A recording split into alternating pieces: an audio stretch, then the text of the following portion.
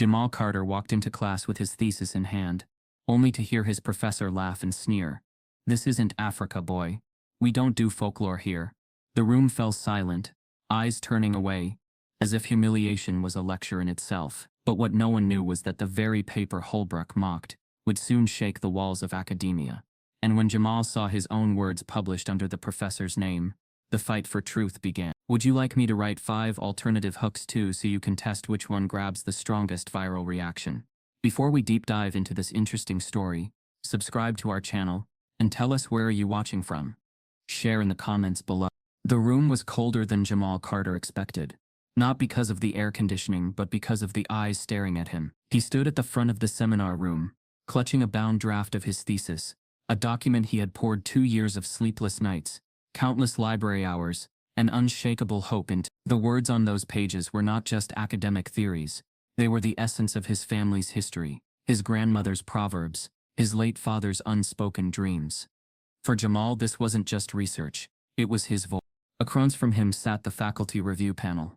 4 professors whose faces carried a mixture of boredom and guarded authority.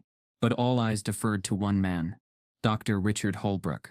Tenured, decorated, and feared. The kind of man who held careers in his grip like fragile glass. Hullbrook leaned back in his chair, spectacles low on his nose, lips twisted into a smirk that carried centuries of condescension. Jamal had just finished his 20-minute presentation, a passionate defense of his thesis on cultural psychology, exploring how African oral traditions shaped resilience in modern Black communities. His words hung in the air, still vibrating with conviction. For a moment, silence stretched long enough for Jamal to imagine, foolishly, that he had impressed them. Then Hullbrook broke the silence with a chuckle. Not the polite kind. The sharp, cutting kind.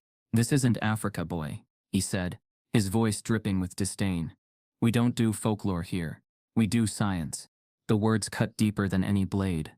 Jamal froze, his jaw tightening, but he refused to let his body flinch. He felt every eye in the room dart toward him. Some in shock, others in amusement. A female professor shifted uncomfortably in her chair, but no one spoke up. No one challenged Hullbrook. Inside Jamal, anger rose like wildfire, but he forced it down. He had been here before, maybe not in this exact room, but in classrooms since childhood, where his intelligence was questioned, where his presence was treated like an exception instead of a right. He swallowed hard, steadying his voice.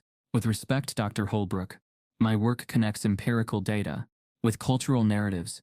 Hullbrook cut him off with a dismissive wave of his hand. "Save it. I've been in this field 30 years. I know what real scholarship looks like. You want to write stories?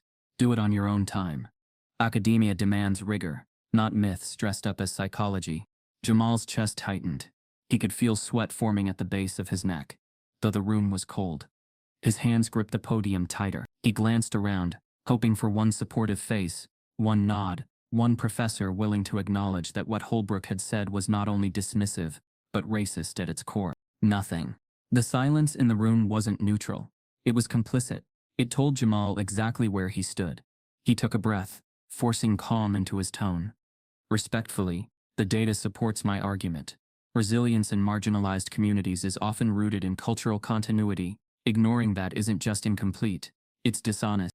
Hullbrook's smile widened, as though Jamal had walked right into a trap. "You see, panel?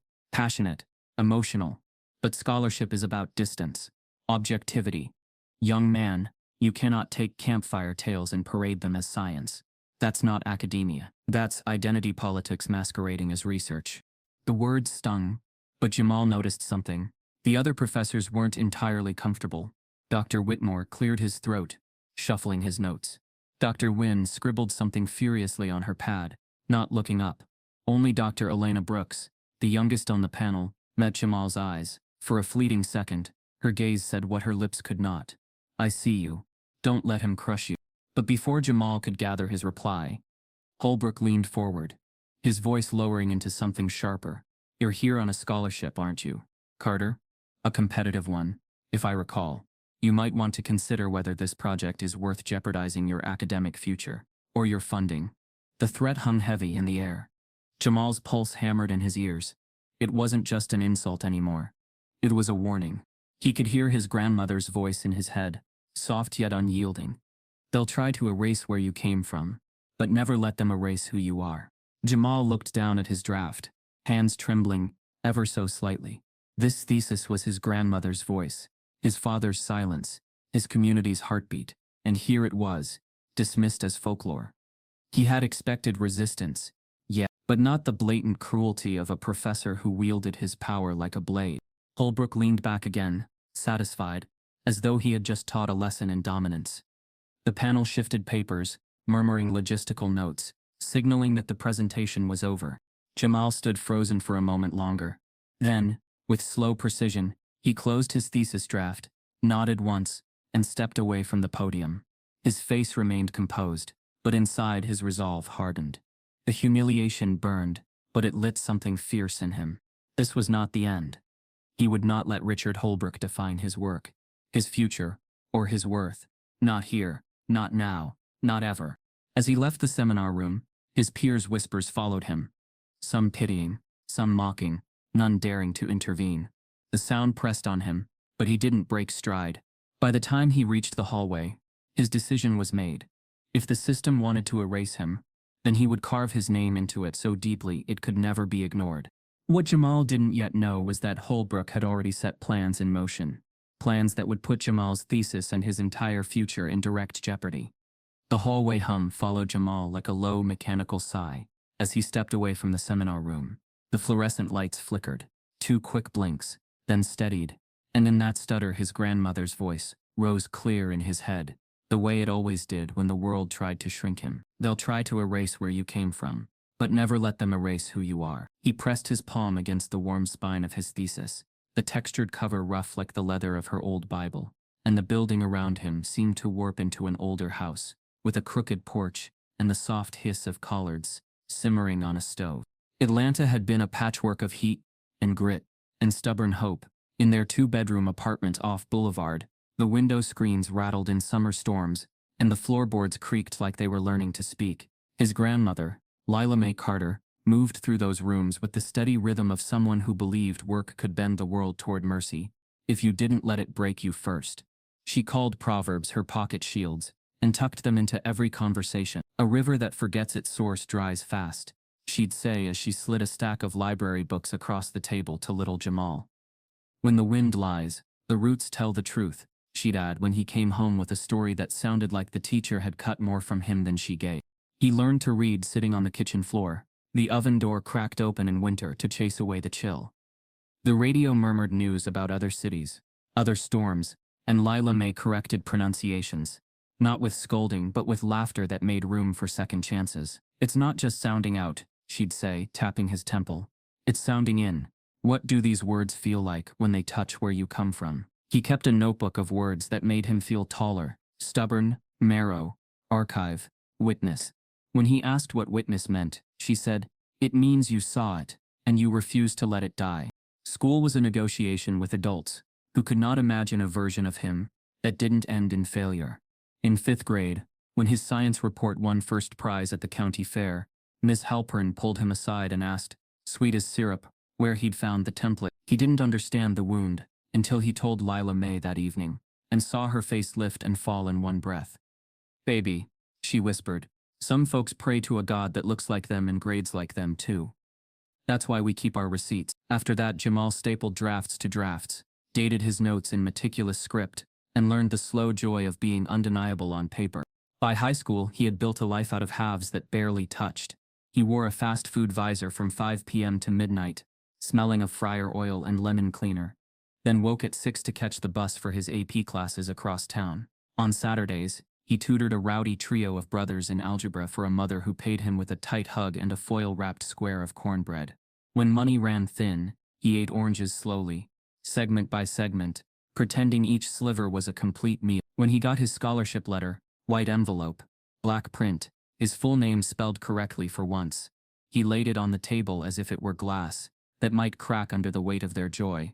Lila Mae read it twice, then pressed it to her chest. "They'll try to erase where you came from," she told him again, "but never let them erase who you are." He arrived at the Ivy under a sky that looked colder than anything he'd known. The campus a museum of red brick and old money. Every building wore a name like armor. Caldwell Hall, Turlington Library, the Rodham Center for Behavioral Science. And the tour guide's voice floated over the cobblestones like a hymn. His roommate, a boy from Connecticut in salmon shorts, stuck out a hand and said, "We're definitely going to the same parties, right?" Then, with a grin tilted toward curiosity and condescension, "Dude, you're from Atlanta? That's sick. You guys have like real soul food you'll have to teach me." Jamal smiled, because he had learned to survive by sliding past slights as if they were rain. Microaggressions arrived like gnats, persistent, dismissible in isolation, suffocating in a swarm. In seminar, a girl with a navy headband rotated her body away from him when he spoke, then quoted his comment 5 minutes later as if it were hers. "You're very articulate," one professor said after he presented on cognitive schemas and stress. "It's refreshing to hear passion." The praise felt like it came with a leash. In group projects, he did the statistics and set the agenda, and someone else presented with the easy confidence of never having been told to speak softly, or not at all. He learned the new document notification still pulsed on Jamal's phone as he climbed the stairwell, its glow like a wound he couldn't stop touching. Hullbrook notes from Carter.cocix. His name, annexed. His sentences, repackaged. For hours that night, he stared at his laptop, cross-checking his draft against the file Hullbrook had shared on the departmental drive. The phrases matched almost perfectly, altered here and there with clinical synonyms, but undeniably his theft wasn't theoretical anymore. It was present tense. Still, Jamal tried to reason with himself. Maybe Hullbrook was holding his words as placeholders, intending to cite him later.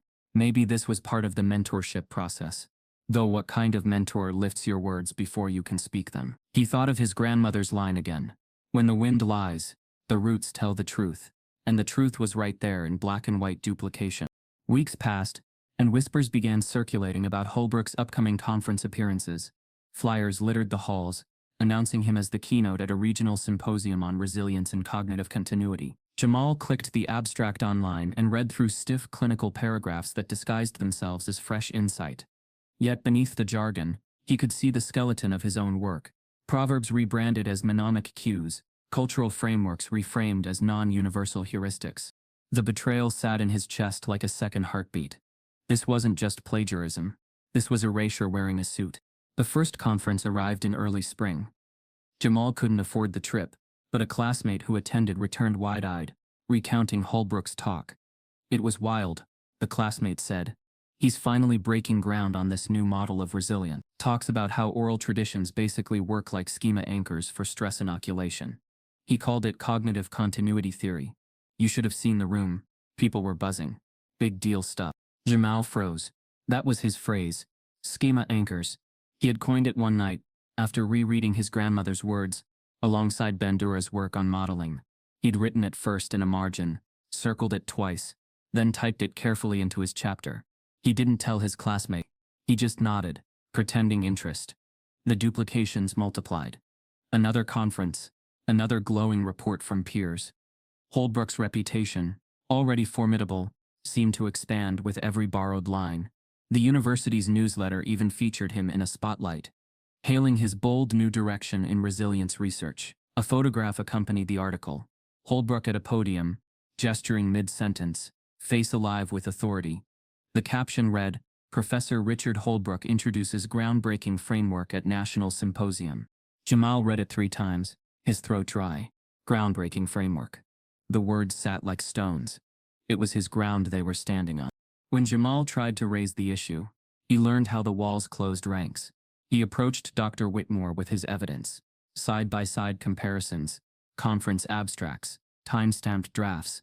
Whitmore skimmed the papers with a practiced attachment, then set them down. "Jamal, I'm not saying you don't have a point, but you need to understand how this game is played. Senior scholars often develop ideas in dialogue with their students. Sometimes there's overlap. Sometimes it looks messy." He adjusted his glasses. "But accusing a man like Hullbrook tenure, funding, influence, it could backfire. People will assume you're emotional, or worse, vindictive. My advice, focus on making your draft bulletproof. If it's good enough, it will stand on its own." Bulletproof. The word stung.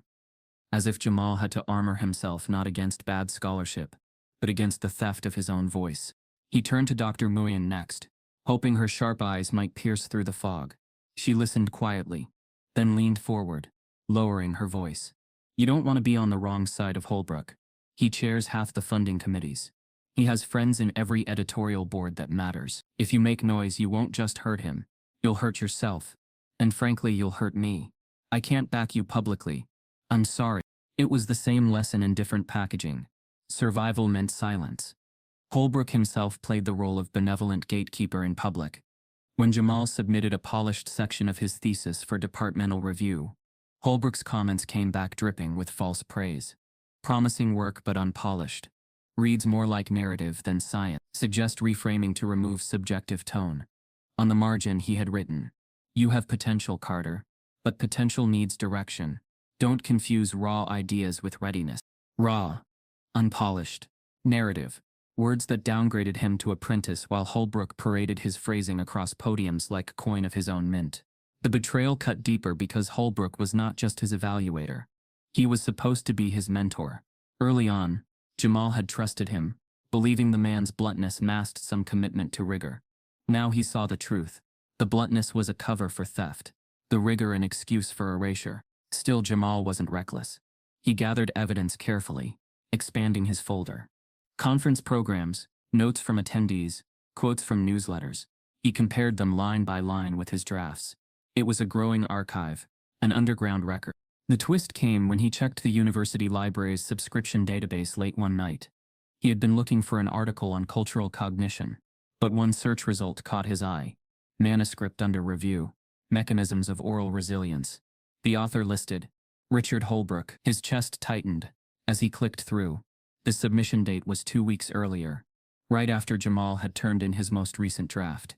The abstract read like déjà vu. Entire phrases lifted, reworded, or inverted, but unmistakably his intellectual blood. He printed the page and sat back, his fingers trembling against the paper. The journal wasn't just any publication. It was the Journal of Psychological Science, a top-tier outlet that could cement a career, define a legacy. If Hullbrook's article passed peer review and appeared in print, Jamal's thesis would be discredited before it even had the chance to breathe. The next morning, Jamal tried one more time to test the waters of resistance. He approached Dr. Brooks, the junior professor who had once met his gaze with silent solidarity. She listened intently, her face taut with anger. She kept carefully veiled. "You're not wrong," she whispered. "But understand, people have gone after Hullbrook before. None of them are here anymore. Some left quietly, some didn't finish their degrees." She leaned closer. "Be smart. Document everything. And don't let him know what you know. Not yet." That evening, Jamal returned to the library to print a hard copy of his entire thesis, binding it himself at the counter. He signed and dated the first page, then slid the document into a fireproof lockbox he kept under his bed. If they wanted to erase him, they would have to erase more than words. They would have to erase evidence. But the system moved faster than he expected. 2 days later, while scrolling through his email between classes, he saw it, a sent message in his outbox he hadn't written. His breath caught as he clicked. The message was addressed to the editorial office of Journal of Psychological Science. Attached a Word document titled Carter Thesis Sections.2text. The sender line read, Richard Hullbrook, forwarded straight from his own email drafts. Jamal's blood ran cold. Hullbrook hadn't just stolen his language for lectures and conferences. He had raided his drafts and sent them out under his own name. As Jamal stared at the screen, his phone buzzed with a new message from Hullbrook himself. "Stop worrying about publication, Carter. Leave that to me. Focus on learning." The email from the board member still burned in Jamal's pocket like a coal. Unpublishable in this institution. He could hear the phrase even as he crossed the quad. Winter light whitening the marble monuments and making everyone's breath look like faint ghosts. The campus was beautiful in the way museums are beautiful. Quiet, curated, and certain of its own story. From somewhere behind him, a laugh rose sharp and quick, then snapped off as if remembering itself. He didn't look back. He kept walking, counting steps, matching them to the words that had carried him this far. Witness, receipts, roots, truth. In class, the cruelty came padded, in velvet. During a research design seminar, a classmate in a gray cashmere sweater tilted her head and said, "I love that you're bringing culture into it, Jamal. It's super fresh. But for the methods section, maybe go with something more objective." She said objective the way people said mature, polished, not you. 2 seats over, A guy who quoted the same two scholars 3 times a week added, "Yeah, like even your title oral tradition as cognitive architecture reads like advocacy." He smiled as if he were offering a kindness. "We're just trying to help you succeed here."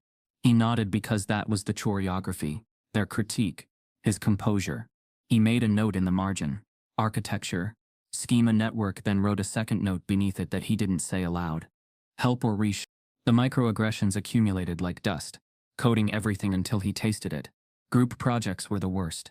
In a lab collaboration that paired him with 3 legacy students, Jamal built the dataset by hand, cleaned it, ran the models, and wrote a 9-page memo laying out the implications. At the final meeting, Olivia, whose last name matched one of the campus buildings, slid into the lead seat and said, "Okay, so I'm thinking I present the findings, and you can add the cultural implications at the end." The others nodded, grateful for the division of labor they already lived by. When Jamal suggested presenting the regression results himself, Ben shrugged. "Not to be weird, man, but the committee's old school, let Liv do the technical stuff. They're more likely to hear it." Hear it, he thought, meaning believe it.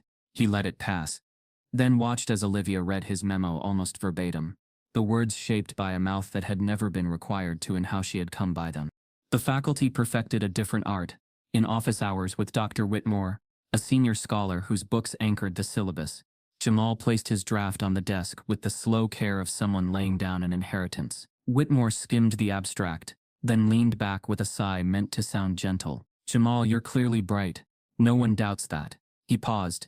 There was always a pause before the pruning. "But you're trying to do a lot here. The committee has a limited appetite for novelty presented as norm. What if you narrowed? Make the proverbs anecdotal context, not scaffolding. You can keep the heart without insisting it's the brain." Jamal folded his hands in his lap to keep them from shaking. "With respect, sir, the scaffolding is the point. If resilience is learned, it's learned in the narrative forms a community trusts." Whitmore smiled the way a judge might smile at a well-argued case he'd already decided to lose. "There it is. Your gift. You make it sound beautiful. But the field prefers beauty last." He left with a note that called his ambitions admirable, if premature. He added it to the folder of artifacts he'd been building since that first county science fair.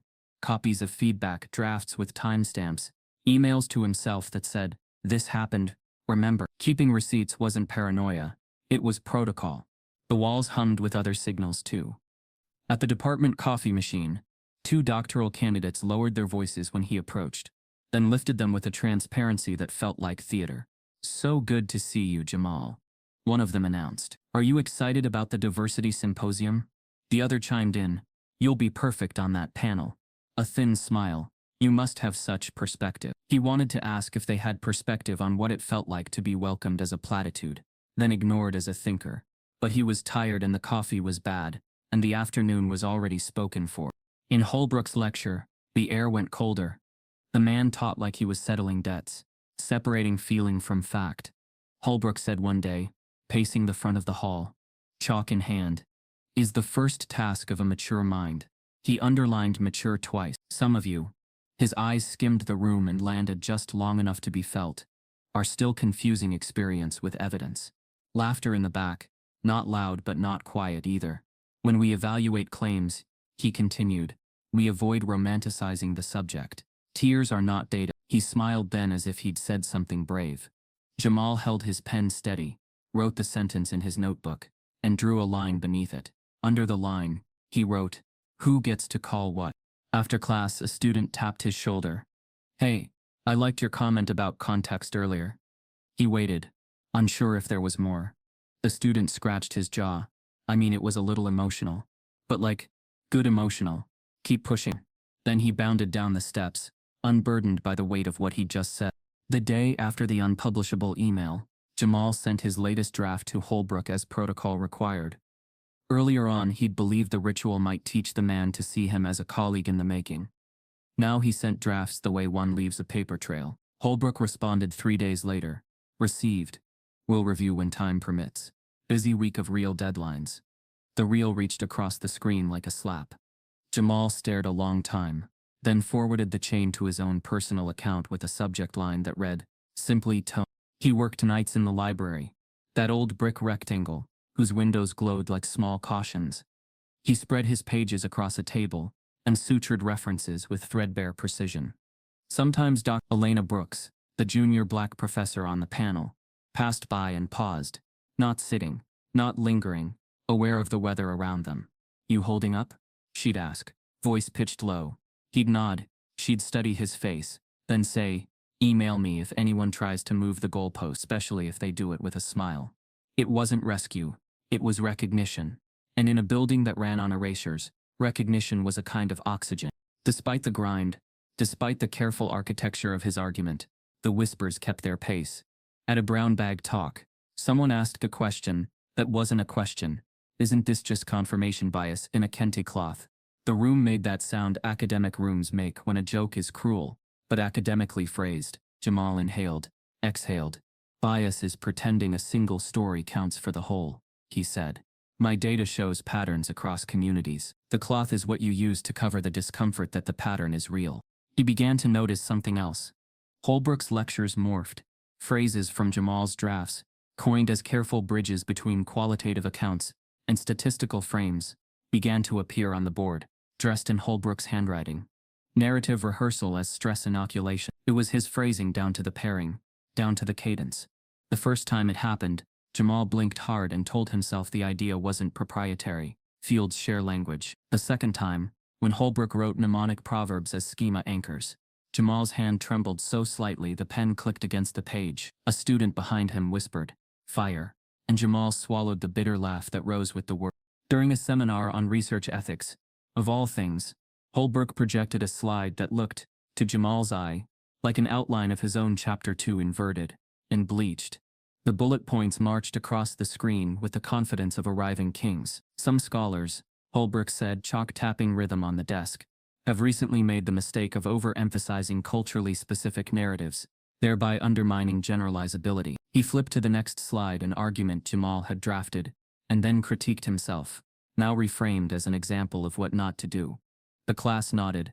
Jamal watched his work perform as a decoy target, and felt something inside him step back, as if making space for the blow.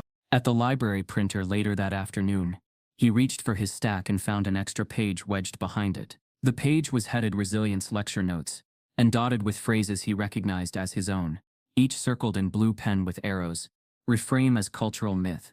Strip emotion, replace ancestral with intergenerational. At the bottom, a scrawled reminder, check JPSY style, prefer mechanisms to stories. The handwriting could have been anyone's, yet the script looked awfully like Hullbrook's tight disciplinarian hand. Jamal stood so still the printer beeped a warning. He slipped the page beneath his binder and walked away slowly, as if the floor might give.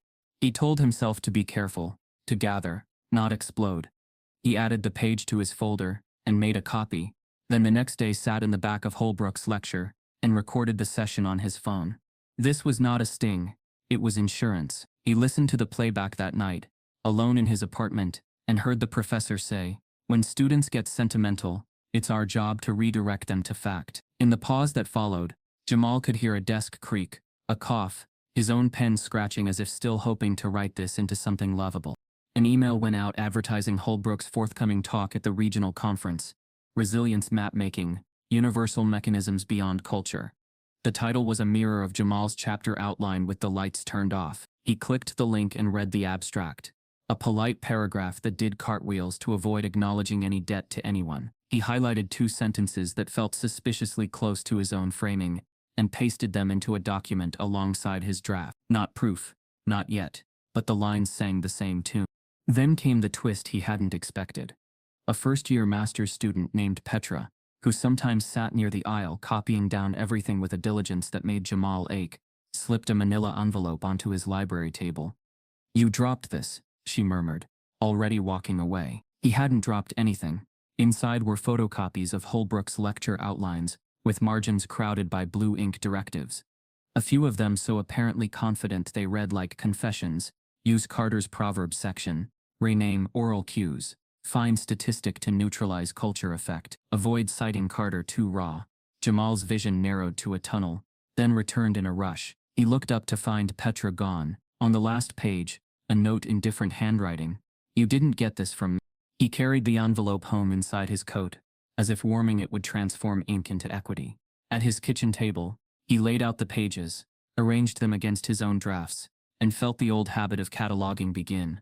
He photographed each sheet and backed it up twice. When his phone buzzed, he flinched. A text from an unknown number. Careful who you trust. He records everything. So can you. No name, just the university's area code. He saved the number under unknown. But watch, if he had doubted before, doubt had fewer places to hide now. Still, he knew the line between influence and theft is where bullies pitch their tents. Ideas are common property, they'd say. We all swim in the same stream. And if he shouted, they would call it a storm. So he returned to his ritual. Date stamp, cross-reference, breathe. On Thursday, Hullbrook ended class 5 minutes early, wiped his hands like a man finishing a job, and left the lectern piled with papers. Students milled, gathering notebooks, gossiping about internship interviews. Jamal lingered, pretending to adjust his backpack, until the hall thinned to a few voices. The lectern, for once, sat unattended. He stepped forward, heartbeat ticking in his throat, and slid the top folder open. Spring lecture. Resilient. Inside, his sentences glowed back at him, not just the phrases but the sequences. The way he had braided grandmother proverbs with cognitive schema literature to show how memory gets rehearsed through story. Each section bore Hullbrook's initials, and a column of to-do. On the last page, a line he could not swallow. Draft Article 1, Mechanisms of Oral Resilience, Solo Authorship, Pre-submit to Journal of Psychological Science. The room seemed to tilt. Shoes squeaked in the hallway. He took out his phone, snapped 3 quick photos, then 2 more for redundancy. He slid the pages back into neat alignment, and closed the folder. Fingers trembling. He had the shape of a map now. His work relabeled, his presence erased, the engine already humming toward publication. Behind him, a voice unfolded calm as polished wood. Looking for something, Mr. Carter? Hullbrook stood in the doorway, the light behind him cutting his silhouette into a clean, darker shape. His gaze flicked to the lectern, then to Jamal's hands, then returned to his eyes with the slow satisfaction of someone who believes the room belongs to him. Jamal's mouth went dry. He could feel the phone in his pocket like a new spine. Just packing up, he said, keeping his tone even, the way one speaks near an animal that smiles with its teeth. Hullbrook took 2 steps in, the door swinging shut behind him, muffling the hallway's noise. I do hope you're not confusing my generosity with indulgence, he said lightly. You've been given opportunities here that many would kill for. He moved past Jamal and straightened the folder with a proprietary palm. But opportunities require humility. You understand. Jamal followed the breath in, the breath out. I understand rigor. Hullbrook smiled. Good. Then rigor it is. He tapped the folder again, almost playfully. Leave the heavy lifting to those of us who know how to carry it. The insult landed with the softness of a hand on a shoulder, and the weight of a boot. Jamal turned to go, not trusting his tongue. At the door, his eyes caught the edge of another folder jutting from Hullbrook's briefcase. Its tab read Carter Drafts. Underlined twice. Hullbrook saw his glance, and closed the briefcase with a click that felt, somehow, like a gavel. As Jamal stepped into the hall, the fluorescent hum returned, louder now, like a warning. He had proof. Fragments, at least. He had a number from someone who wanted him to record. He had a folder with his name on it sitting in a professor's briefcase, as if he were inventory. He had also, he realized, a choice to make that would shape the rest of his life here. Stay small and survive, or turn toward the fire he'd been taught to carry. He pulled out his phone and opened his email, the screen throwing a pale light on his face. There was a new message, just arrived, forwarded from the department list by a student friend. Keynote announcement. Professor Richard Hullbrook, to present Mechanisms of Oral Resilience, at the Caldwell Colloquium. Attached the abstract 3 paragraphs whose skeleton he knew better than his own reflection. His thumb hovered over the camera roll, where 5 crisp photos waited like witnesses willing to speak. He looked up at the closed classroom door, then down the hall toward the department office where the administrative assistant would soon be packing up for the day. Somewhere between door and office, a decision found its shape. And then, as if the building itself wanted to push him out of neutrality, the door behind him opened again. Hullbrook's voice followed, breezy and sharp. Oh, and Carter, make sure to send me your next draft by Friday. I'll need your notes for my Monday lecture. Jamal's heartbeat steadied into something colder than fear. He slid the phone into his pocket and started walking, not away from the fight, but toward whatever came next, his grandmother's words rising like a compass. As he reached the stairwell, a polite chime announced a new shared document on the department drive. Hullbrook notes from Carter.dx, created by Hullbrook, last edited 2 minutes ago. Already populated with entire paragraphs from Jamal's draft. The message from Hullbrook, leave that to me. Focus on learning, sat on Jamal's screen like a smirk that wouldn't fade. He reread it twice, then powered his phone down and stared at the blank that followed. Outside, the campus moved on. Doors thunked shut, laughter skipped along the hallway, footsteps rose and fell. He packed his laptop slowly, his breaths counting out the ordinary as if it could steady the absurd. When he stepped into the corridor, he felt eyes skim past him and then divert, like cyclists avoiding a pothole they didn't want to acknowledge. Word travels on campuses faster than truth. By the next morning, his lab group chat had gone quiet around him. When he sat at the usual table in the cafe, chairs scraped back, then settled 2 tables away. Olivia, legacy last name, perfect hair, caught his eye, offered a tight smile, and angled her body toward the window. A friend from Stats, Luke, approached with a styrofoam cup and a half-step of warmth that died mid-air. "Hey man," Luke said, voice pitched to casual. Heard there's tension with Hullbrook. You okay?" Before Jamal could answer, Luke's gaze flickered toward the door. "Actually, shoot, I'm late. Rain check?" The way he recoiled wasn't fear of a person. It was fear of proximity to a problem. Hullbrook made sure the message spread without ever typing it. In the next lecture, he laced pedagogy with poison. "Our obligation," Hullbrook told the room, strolling the front row as if conducting an orchestra, "is to separate activism from analysis. Some of you seem to think feeling validates finding. It doesn't." The class was quiet, a quiet that had learned to be loyal to the loudest man. Then he added, almost kindly, "Passion has its place in the first draft. The published page demands maturity." Heads nodded. Jamal steadied his pen and wrote the sentence down, not to remember it but to mark where the knife had entered. He kept working because work was the one thing that tethered him to himself. But the hours he needed were hurged with money he didn't have. His scholarship covered tuition, but only a thin slice of living costs. The rest came from 2 part-time jobs and a small research assistantship in a different lab, 12 hours a week running surveys, entering data, keeping the trains on time. That afternoon, he received a terse email from the PI budget adjustments this semester. "We're restructuring RA hours. Thank you for your contribution to the team." The contract attached bore a new number 0. He read it standing up as if sitting would concede too much. Then he pulled on the visor from the campus dining hall, clocked in, and spent the evening refilling napkin dispensers while his mind recited citations to keep from going numb. Money fear burns hot, and then cold. He stretched groceries by turning breakfast into air, and dinner into rice. He took a weekend shift cleaning conference rooms, pushing a cart past portraits of donors whose children sat in his classes. In the off hours he wrote 1 page at a time, 1 line at a time, ignoring the soft chant in his head that said this semester was slipping. At midnight, he would walk home under a sky that felt further away than bone, and the streetlights would put bars across the pavement, and he would think of cages that didn't look like cages at all. The smear was subtle, never written down. A second year whispered in passing, "Heard you're making things complicated for the department," then blushed and kept walking. In a methodology seminar, when Jamal raised a point about how sample bias flattens cultural nuance, a classmate replied, cheerful as a memo, "We get it, you care about your people. But we're trying to publish here." Laughter bubbled. The professor smiled into his chalk. Jamal swallowed the reply that rose to his tongue and turned it into a note for later. Record who laughs. When he went to see Dr. Nguyen, she glanced at the open door, then closed it with a careful click. "I can't be seen advising you on this," she said without preamble. "Not because I disagree, because I have a tenure file under review." Her eyes softened. "There's a cost to standing too close to a storm. People here pretend to love rain until it stains their carpet."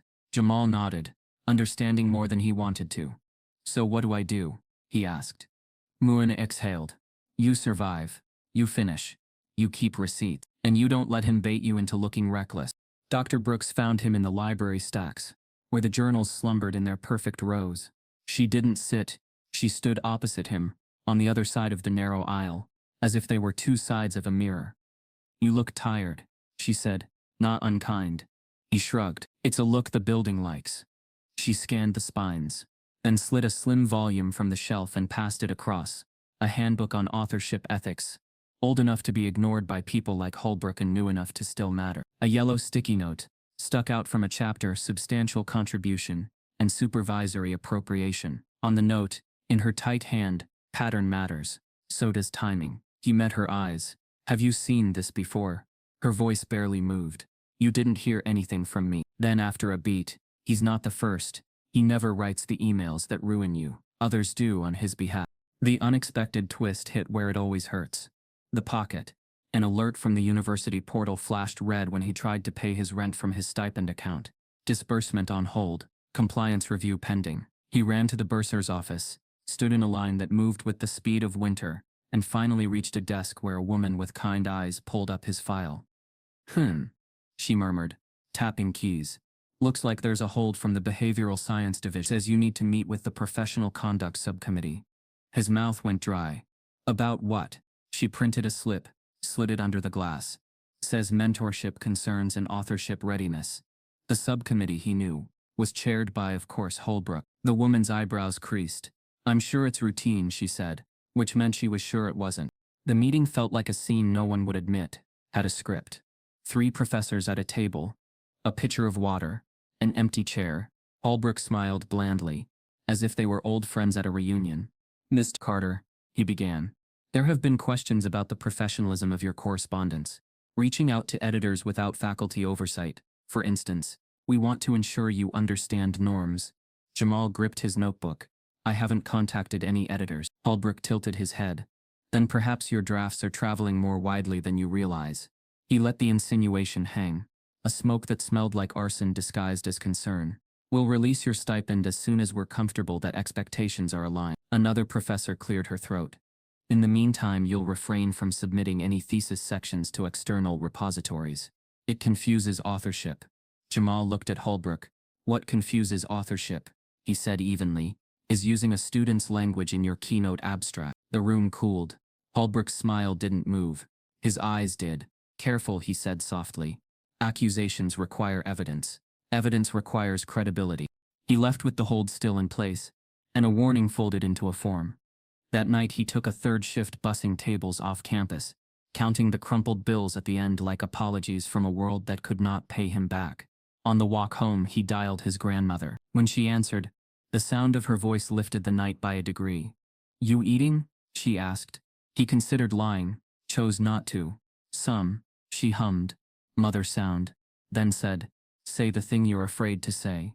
He closed his eyes. I'm losing ground. Silence stretched, but hers was the kind that held him.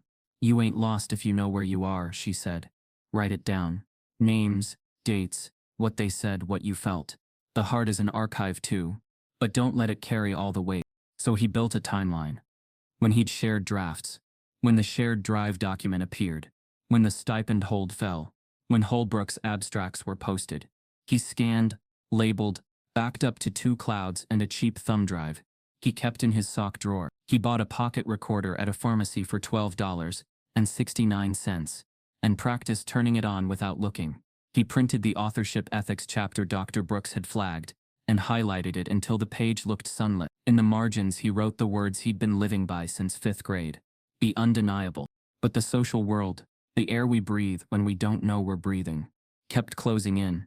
A classmate who used to trade notes with him now left the room when he entered. A study partner canceled with a text that read, so much chaos around you, Rarn.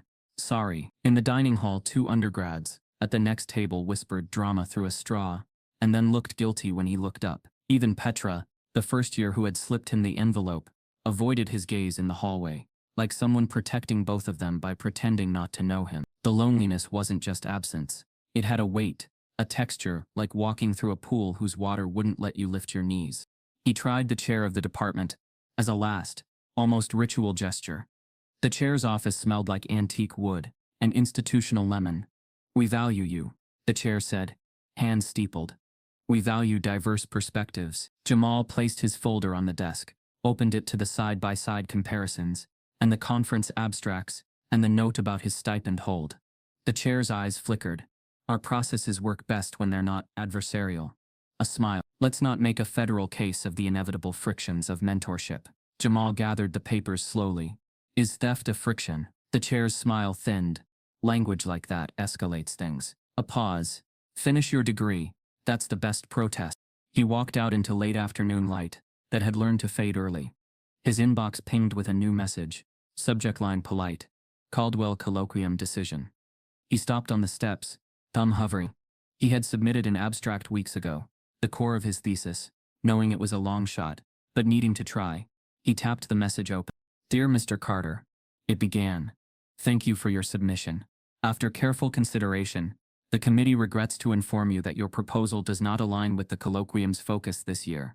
We encourage you to continue refining your work for future opportunities. His eyes skimmed to the footer and froze. Keynote speaker, Professor Richard Hullbrook, presenting Mechanisms of Oral Resilience, Universal Pathways Beyond Culture. The screen blurred, then sharpened. The steps seemed to tilt beneath him. He scrolled once more to be sure he wasn't misreading. The title sat there triumphant, wearing his idea like a borrowed suit that fit too well. His phone chimed again.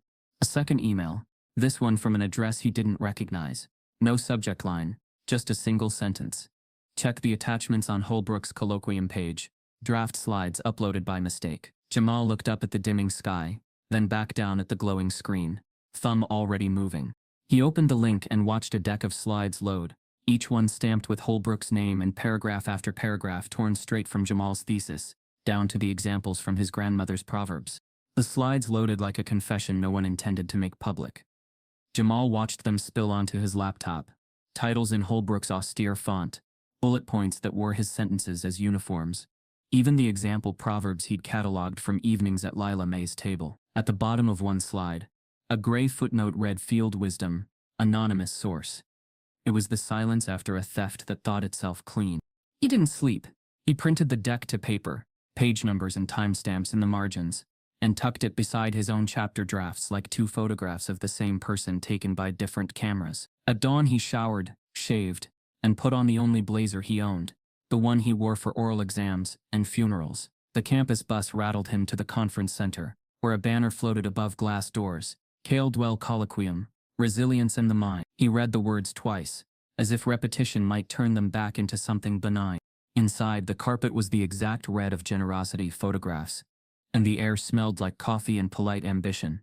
Lanyards flashed past names he knew from journals, faces he knew from author bios. A volunteer at the registration table handed him a badge with his name, misspelled, and a tote bag that contained a program and a pen that didn't write. Enjoy the keynote, she said, like a benediction. He did not take a seat. He stood at the back of the hall, near the doors next to a potted plant that had long learned not to care who did or didn't water it. Brooke slipped in a few minutes later and found the aisle opposite him. She didn't wave, but the angle of her head found him in the crowd and held for a heartbeat. That was more than most had given him in weeks. The lights dimmed. A faculty dean introduced Hullbrook with the kind of biography that forgets to breathe. 30 years of scholarship, 6 books, 3 endowed lectureships, a mentor to countless students. Hullbrook walked out amid applause and positioned himself center stage with the slow, unhurried confidence of a man who believed the room existed to hold him. Thank you, he began, and his voice filled the hall like polished wood. Over the years, I've become wary of approaches that romanticize culture. Today, I want to show you a path beyond specificity, toward universal mechanisms of resilience. He clicked to the first slide. Title in large font, Mechanisms of Oral Resilience, Universal Pathways Beyond Culture. Jamal's hand closed around the edge of the program, until the paper dented. There it was, his bridge burned into a placard. Hullbrook spoke on, smooth as glass. Consider what I call mnemonic anchors. He paused for effect, phrases that repeat across generations, shaping attention and appraisal during stress. Laughter of recognition rippled through the front rows, the kind of laughter that says we came to hear this. He clicked, and the bullet points advanced. Narrative rehearsal, as stress inoculation, schema architecture rooted in oral knowledge. Jamal recognized every cadence. He'd sat at a library table and coaxed those pairings into existence, pairing them with references and care. Now they wore Hullbrook's voice like a suit tailored to the wrong shoulders. A woman 2 rows ahead of him whispered to her neighbor, "He's finally doing something new." The neighbor nodded, eyes bright. Jamal's stomach tightened. It was new only if you believed the room began where Hullbrook stood. On slide 4, a quote appeared in muted italics. "A river that forgets its source dries fast." Anonymous field proverb. The room murmured its appreciation, The words had come from Lila May's kitchen, rising with the steam of greens. He had typed them into his draft with his grandmother on speakerphone, asking her to say them twice so he could carry the rhythm intact. He swallowed and told his hands not to shake. Hullbrook's tone shifted to benevolent tutor. Many students, bright, passionate, still mistake anecdote for mechanism. He smiled as if confessing a harmless tendency. Our job as scholars is to refine, to sand passion into principle. He said students the way some people say children. Jamal felt heat rise behind his eyes, and breathed it back down. Then the projector stuttered. The briefest flicker, for a heartbeat the presenter notes, appeared on the screen before the display corrected. Credit JC as RA. No time in small gray letters. Then gone. The audience did not react. They had not been looking for a ghost. Jamal's body reacted for him. He lifted his phone and snapped a photo without raising it higher than his waist. When he checked the gallery, there it was, blurry, angled, legible. He slid the phone into his pocket like contraband. Hullbrook moved easily through the data. He displayed a graph, clean axes, gentle colors, illustrating resilience scores before and after exposure to mnemonic anchors. The sample size was Jamal's sample size. The axis labels matched his pilot graphs. He knew the rounded corners of the bars, because he'd built them in a long evening when the library lights had kept him alert like cold water. Hullbrook cited fieldwork in the southeast, and a diverse urban cohort, soft words that erased Atlanta's particularity. Our preliminary findings suggest universality, he concluded. Culture flavors the mechanism, it does not author it. The applause started early, at the promise of general law, and rolled in waves. Jamal heard it like rain on a tin roof. He could feel the old animal reflex rise. Stand up, shout, stop the sound with sound. But he pressed his palm against his thigh until the impulse passed. He saw in his mind the headlines that would greet an outburst. Emotional student disrupts keynote. He imagined Hullbrook's eyebrows rising in composed disappointment. The murmured such a shame over hors d'oeuvre afterward. He saw the chair of the department writing a vague email about civility and learning environments. He kept breathing and kept standing. During Q&A, a young man with a yellow badge asked, "How do you avoid reducing culture to mere delivery vehicle? Isn't there a risk that your universal mechanisms flatten important differences?" The room shifted, mildly entertained by the provocation. Hullbrook thanked him with a smile that didn't reach his eyes. Excellent question. The danger goes the other way. Overemphasizing difference undermines what we know to be true about human cognition. If culture helped, we would have 100 truths. We have one. Laughter then, and a satisfied murmur, the one truth. Jamal bit his tongue so hard he tasted metal. Another hand. You mentioned rare field notes. Can you speak to authorship? Hullbrook's pause barely lasted a breath. Of course, I supervise many students. Their thoughts are invaluable at early stages, but supervision is the crucible where ideas become work. Credit will be given appropriately when we reach publishable rigor, he said appropriately, like a locked door. Jamal felt the edges of the room come in. Dr. Brooks' gaze found him again, steady and clear across the aisle. Not here, it said. Not like this. He nodded, almost imperceptibly. He would not be the shouting man they wanted him to be. He would be the record they couldn't burn. Hullbrook's closing slide offered implications. Bullet points that had begun life in the margins of Jamal's notebook now ended their journey as talking points for donors. We can teach resilience, Hullbrook said, spreading his hands as if measuring the room. We can teach it without ideology. Mechanisms are neutral. Applause rose again, then rose more. A room rewarding itself for recognizing itself. In the crush of bodies after the talk, words jostled Jamal's ears without asking permission. Brilliant, someone said. Finally a clean frame, said someone else. He made me feel it without, a pause, a lowered voice, without the politics. Jamal angled toward the exit, where the air might be less rehearsed. Mr. Carter, a voice said to his left. He turned. Hullbrook stood with a donor, gray suit, monogram cufflink, the precise smile of money that never doubts its welcome. This is one of our promising students, Hullbrook announced, as if unveiling a portrait. He's learning the discipline, eager but still learning. The donor extended a hand. Great to meet you, he said. You're lucky to have a mentor like Richard. Jamal shook the offered hand to be polite, and because refusal would be its own headline. Very lucky, he said. Hullbrook's eyes held his for a beat, amused. Send me your next draft by morning, Hullbrook added, already turning away. We don't want you to drift off course. Jamal watched him glide into a semicircle of admirers, and felt the humiliation rise, and tried to name him. He would not take its name. He walked to the lobby, where the coffee had gone cold in silver urns, and the pastries had bruised at the edges. He took a paper cup anyway, and held it until it warmed his hands, a small weather he could control. "Hey!" The voice arrived close, not intruding. A woman in a black blazer, hair gathered into a practical knot, stood by his elbow. Her conference badge read Maya Ortiz, Press. She didn't introduce her outlet the way local reporters did, eager and loud. She slipped a card into his palm with a quiet economy that made him look at her twice. Her eyes were the kind that noticed before they decided. "You're Jamal Carter," she said, not asked. He didn't answer. She tilted her head toward the hall. "You stood the whole time," she added. "People who stand are either late or angry." Her voice didn't sharpen the last word. It lifted it, like something she was willing to carry with him. "I'm neither," Jamal said, and the lie sounded like someone else's voice borrowing his throat. Maya's mouth moved in the ghost of a smile. "I sat near the tech desk," she said. Projector hiccuped. "I saw presenter notes for a second." She paused, measuring his face for harm. "I saw a line. Credit JC as RA, no time." Her gaze met his. "I'm guessing you're JC."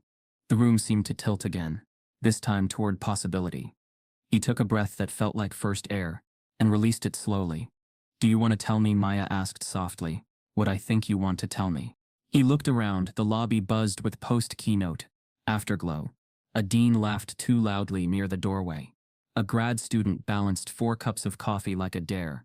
Dr. Brooks stood by the program board pretending to read it, her attention angled like a shield. Jamal turned the card over with his thumb. "Maya Ortiz, investigations, a phone number, an email. I don't know what you think," he said, which was true and strategic. Maya leaned in just enough that the air between them felt chosen. "You wrote this," she whispered. A statement as gentle as a hand over a breaking glass. "Didn't you?" Jamal closed his fist around the card and felt the edge bite his palm. A small grounding pain. He didn't trust the room. He didn't trust the ceiling or the carpet or the framed poster that said inquiry. But he trusted what had brought him here, the record, the receipts, the voice that came from a woman in an Atlanta kitchen. He opened his fist and slid the card into his pocket. He looked up at Maya and gave the smallest of nods. "Good," she murmured.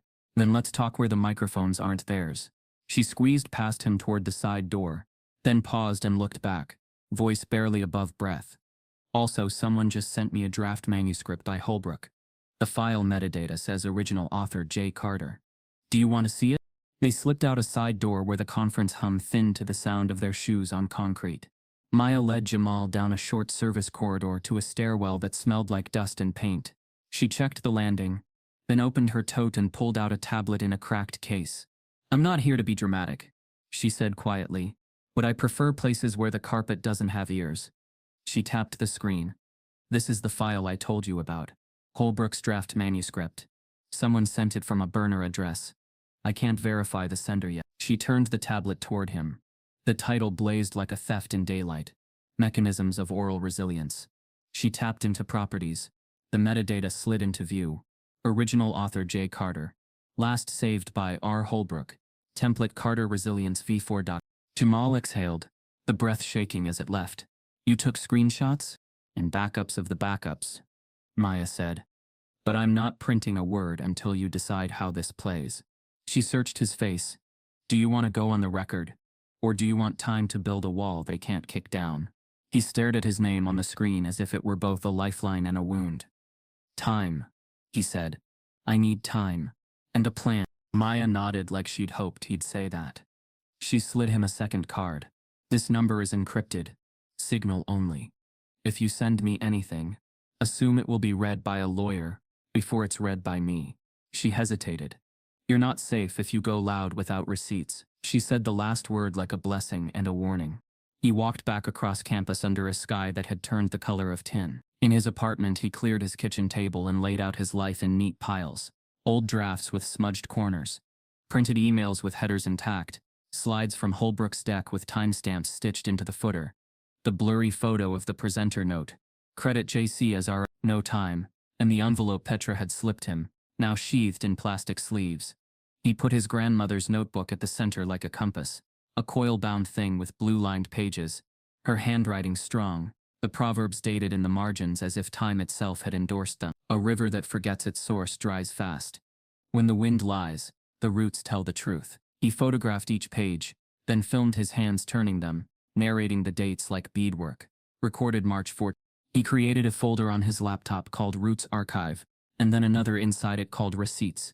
He saved PDFs of everything, turned off automatic updates, and generated checksums, a thing he'd learned in a digital methods workshop he'd taken for the library job he'd just lost. Each hash was a fingerprint. Together they were a body. He uploaded copies to 2 clouds and saved them again to a cheap thumb drive he labeled with a piece of masking tape. March witness. At midnight he called Atlanta. Lila May answered on the second ring, with a voice that pulled the air back into his lungs. "Hey baby. You busy?" he asked. "Busy watching the kettle think about boiling."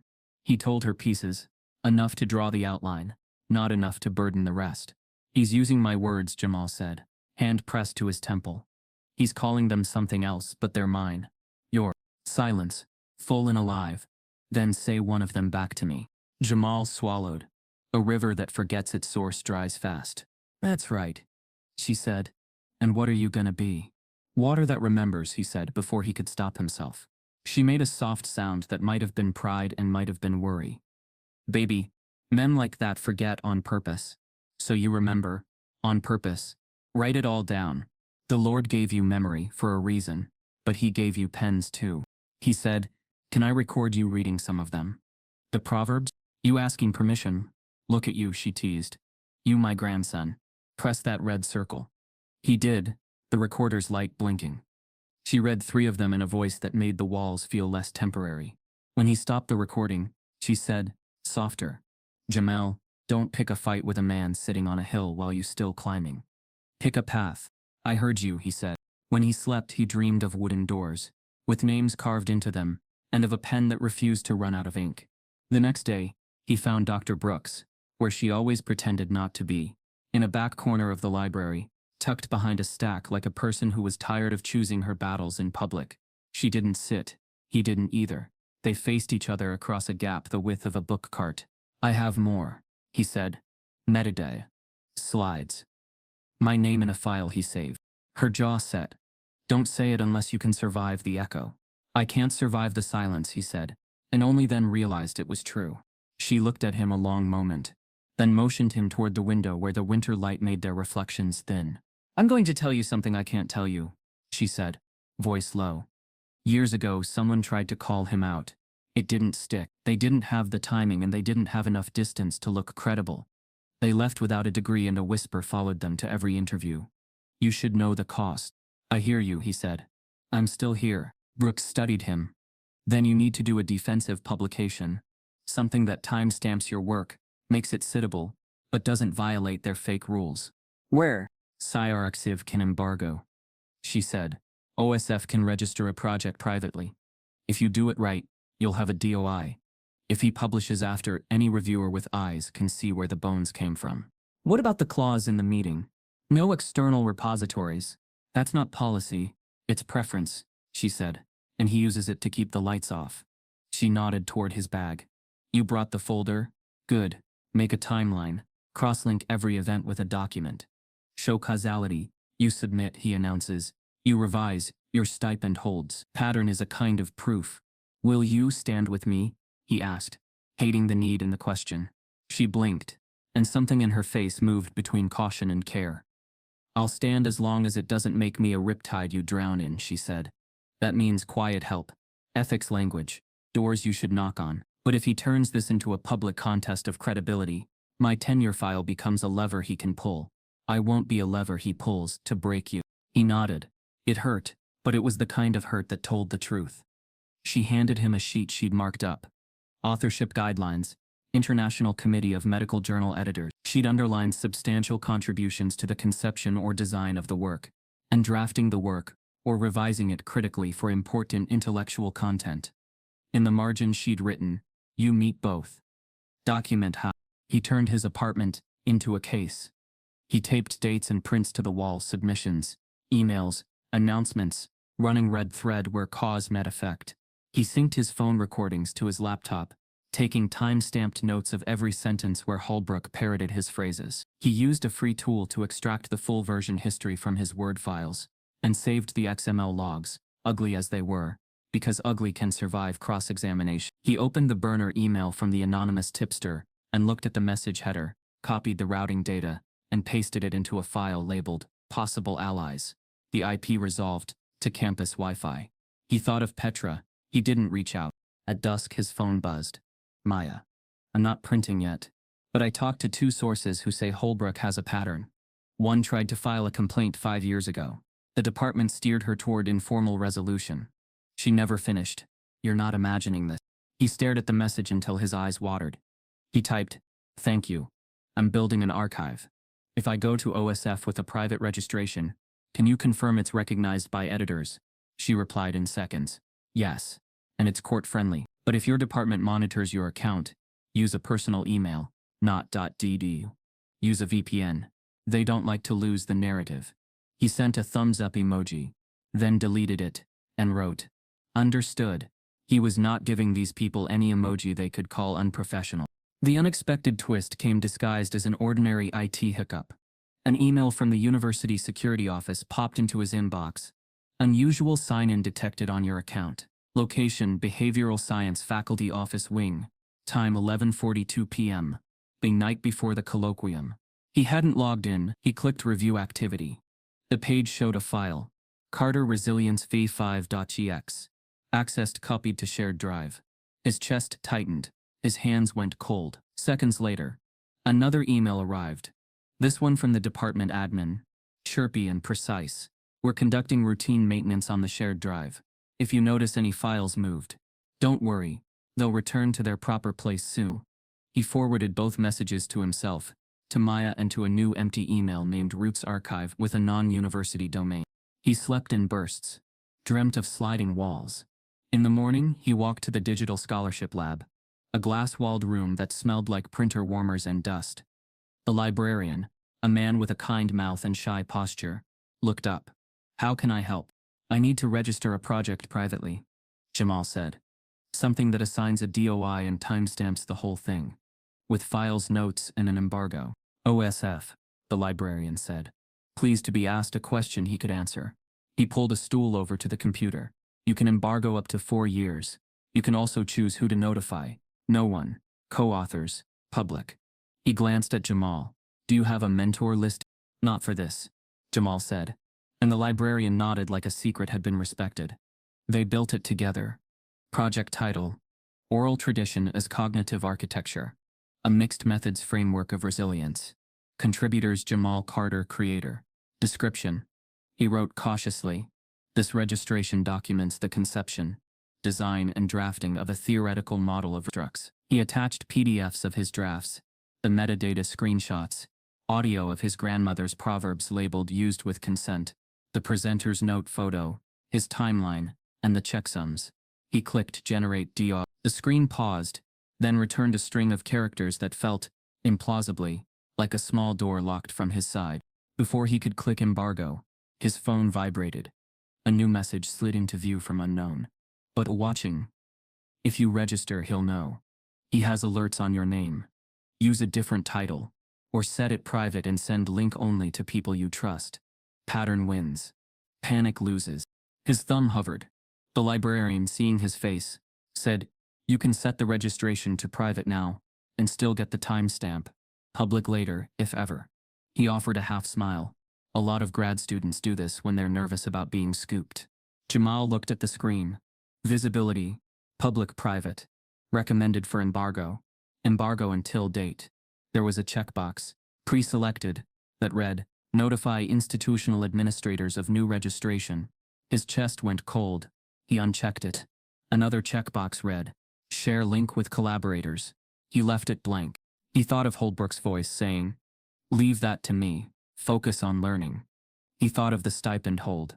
He thought of the donor's handshake. He thought of Maya's tablet with his name buried in the file's bones. He thought of Lila May's notebook, and the way her pen looped the G in river like a hook that caught what tried to drift away. "Do it," he told himself aloud, so quietly, it was almost breath. He clicked Register. The wheel turned. The screen flashed. A message slid up. Registration created. DOI assigned. Underneath, a smaller line. Easy to miss. Some linked services may automatically index your title. The librarian pointed. If you're worried about alerts, you can change the title to something less descriptive. Jamal clicked Edit Metadata. He renamed it SEMA Anchors. Draft Framework, JC. He set Embargo End, Pending Decision, and locked the files behind the private wall. He copied the private link into a new email addressed to himself, to Maya, and after a long breath to Dr. Brooks. He typed, for safekeeping, not for sharing. He hovered over. His phone buzzed again. A campus-wide bulletin had gone out. Colloquium keynote slides now available online. The subject line's preview showed the first bullet point from Hullbrook's deck. Narrative rehearsal as stress inoculation. Jamal hit send on the private link. 20 seconds later, his screen pinged with a notification he hadn't expected. New activity on your registration. One external referrer detected. Caldwell Colloquium, ADU slides. As if somewhere in the machinery of the institution, a wire had already connected his hidden archive to Hullbrook's public talk. The notification pulsed again. One external referrer detected. Caldwell Colloquium.edu slides, as if the private room he'd locked his work inside had a window he didn't know about. Jamal stared at the line until the words blurred. He refreshed the page. Same message. Somewhere the institution had looked in. Somewhere a wire that wasn't supposed to exist had already hummed. By morning the story had mutated. It didn't matter that his registration was private, that he'd embargoed it, that the only people with the link were himself, Maya, and Dr. Brooks. What mattered was the shape of the rumor. By the time it reached the hallway, he posted his thesis to force Hullbrook's hand. A whisper turned into a sentence, turned into a policy-citing paragraph. When Jamal arrived for seminar, a sheet of paper aired on his chair with departmental letterhead at the top, and a tone that felt like handcuffs. Notice of alleged academic misconduct. The charges listed like an inventory. Unapproved distribution of supervised research materials. Breach of mentorship norms. Unauthorized dissemination that may prejudice peer review. A hearing was scheduled for Friday at 9 a.m. The last line was a pin driven clean through the page.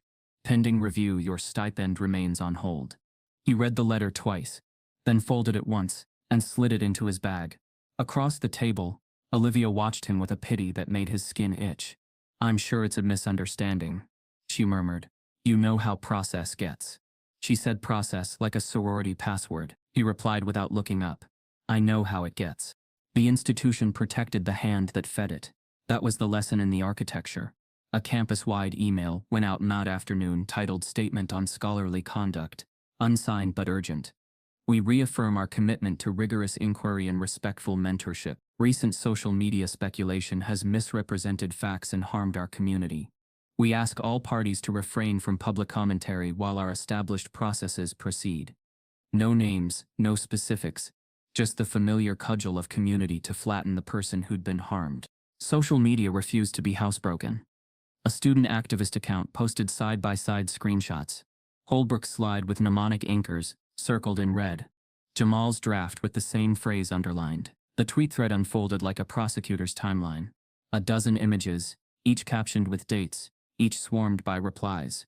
Hashtags sprouted. Caldwell copies, cite Black scholars, we see you. By evening a campus paper ran a piece tentative. Hedged.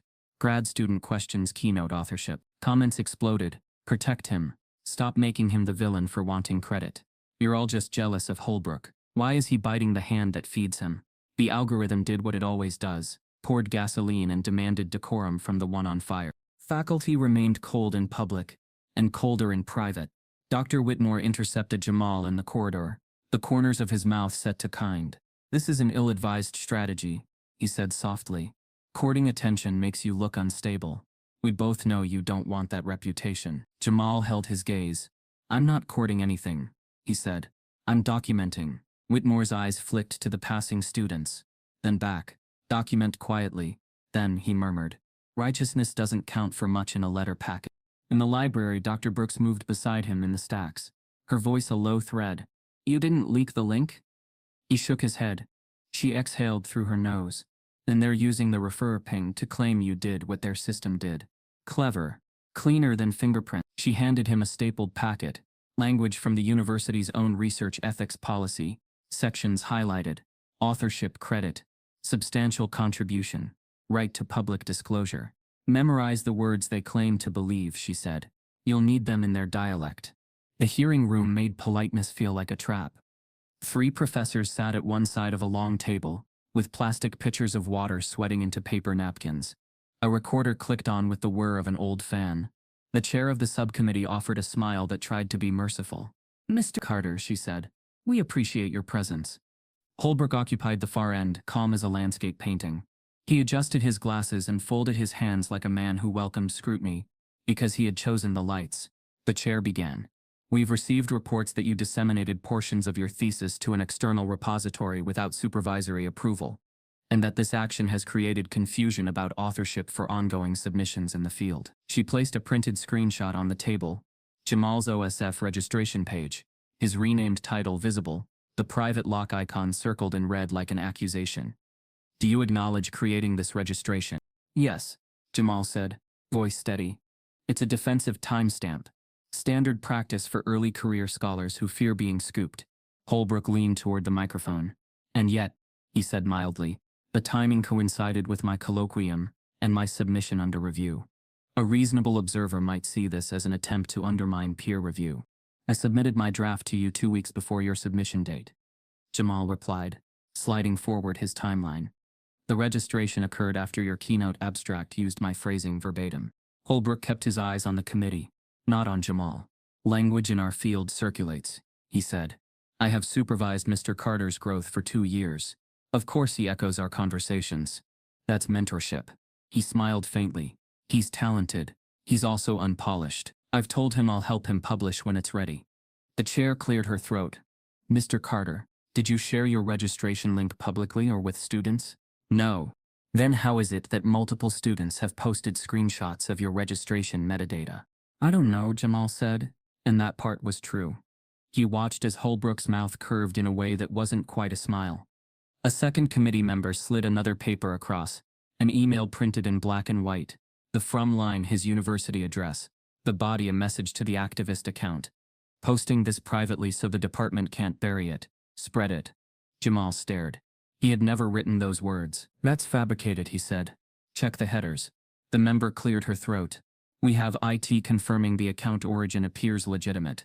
Dr. Brooks, seated in the second row as his support person, met his eye. Her face said what protocols prevented her mouth from saying.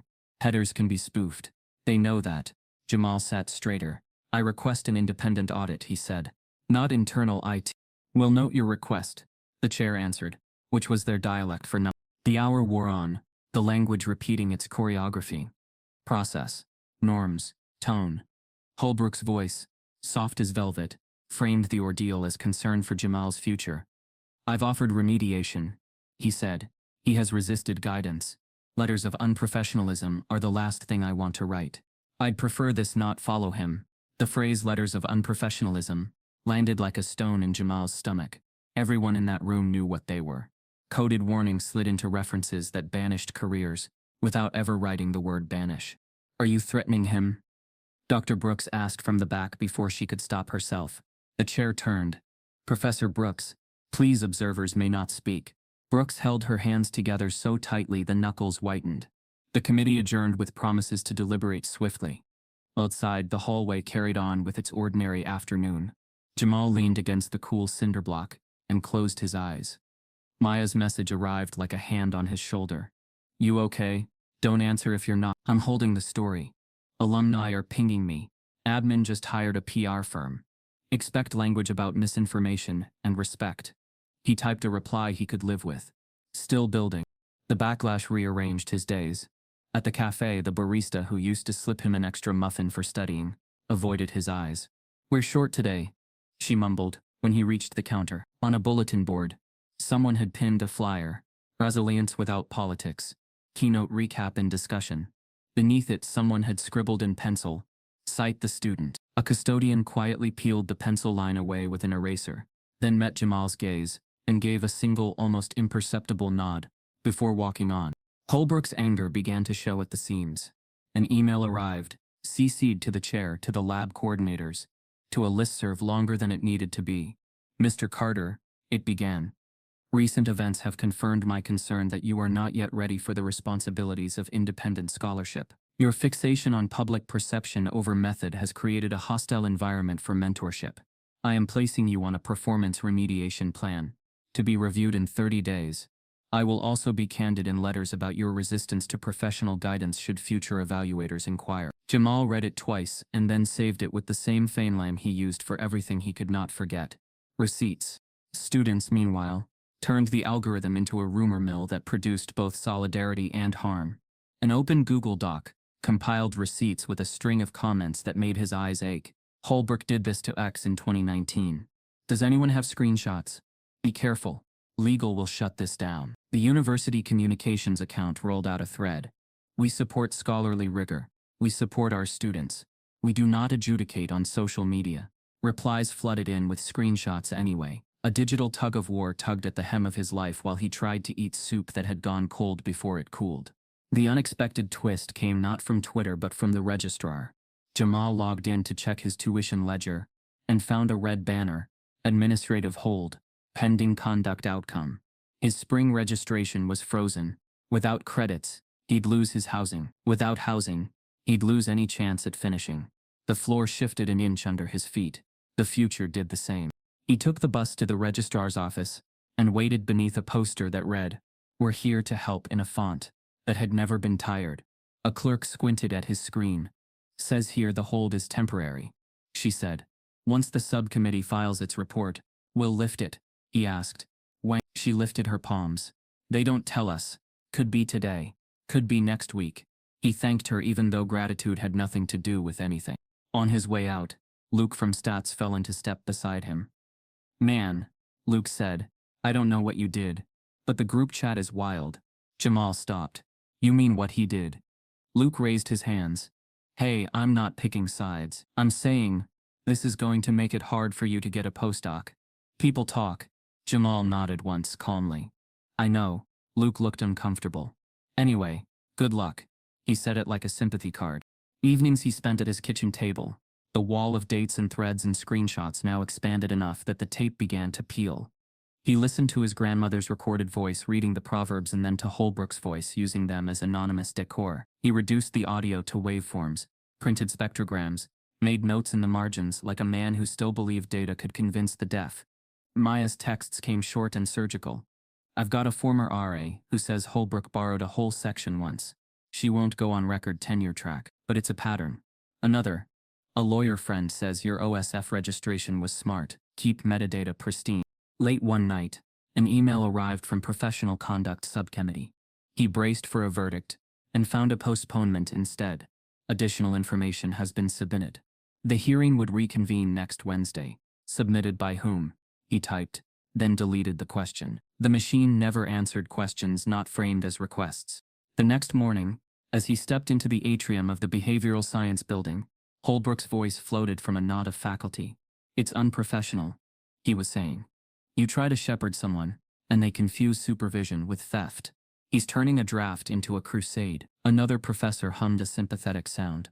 "The young think public equals true," Hullbrook continued. "They want applause, not rigor." It was a perfect sentence because it worked both ways. It told the room who to trust, and it told them how to read Jamal's face. He walked past without slowing.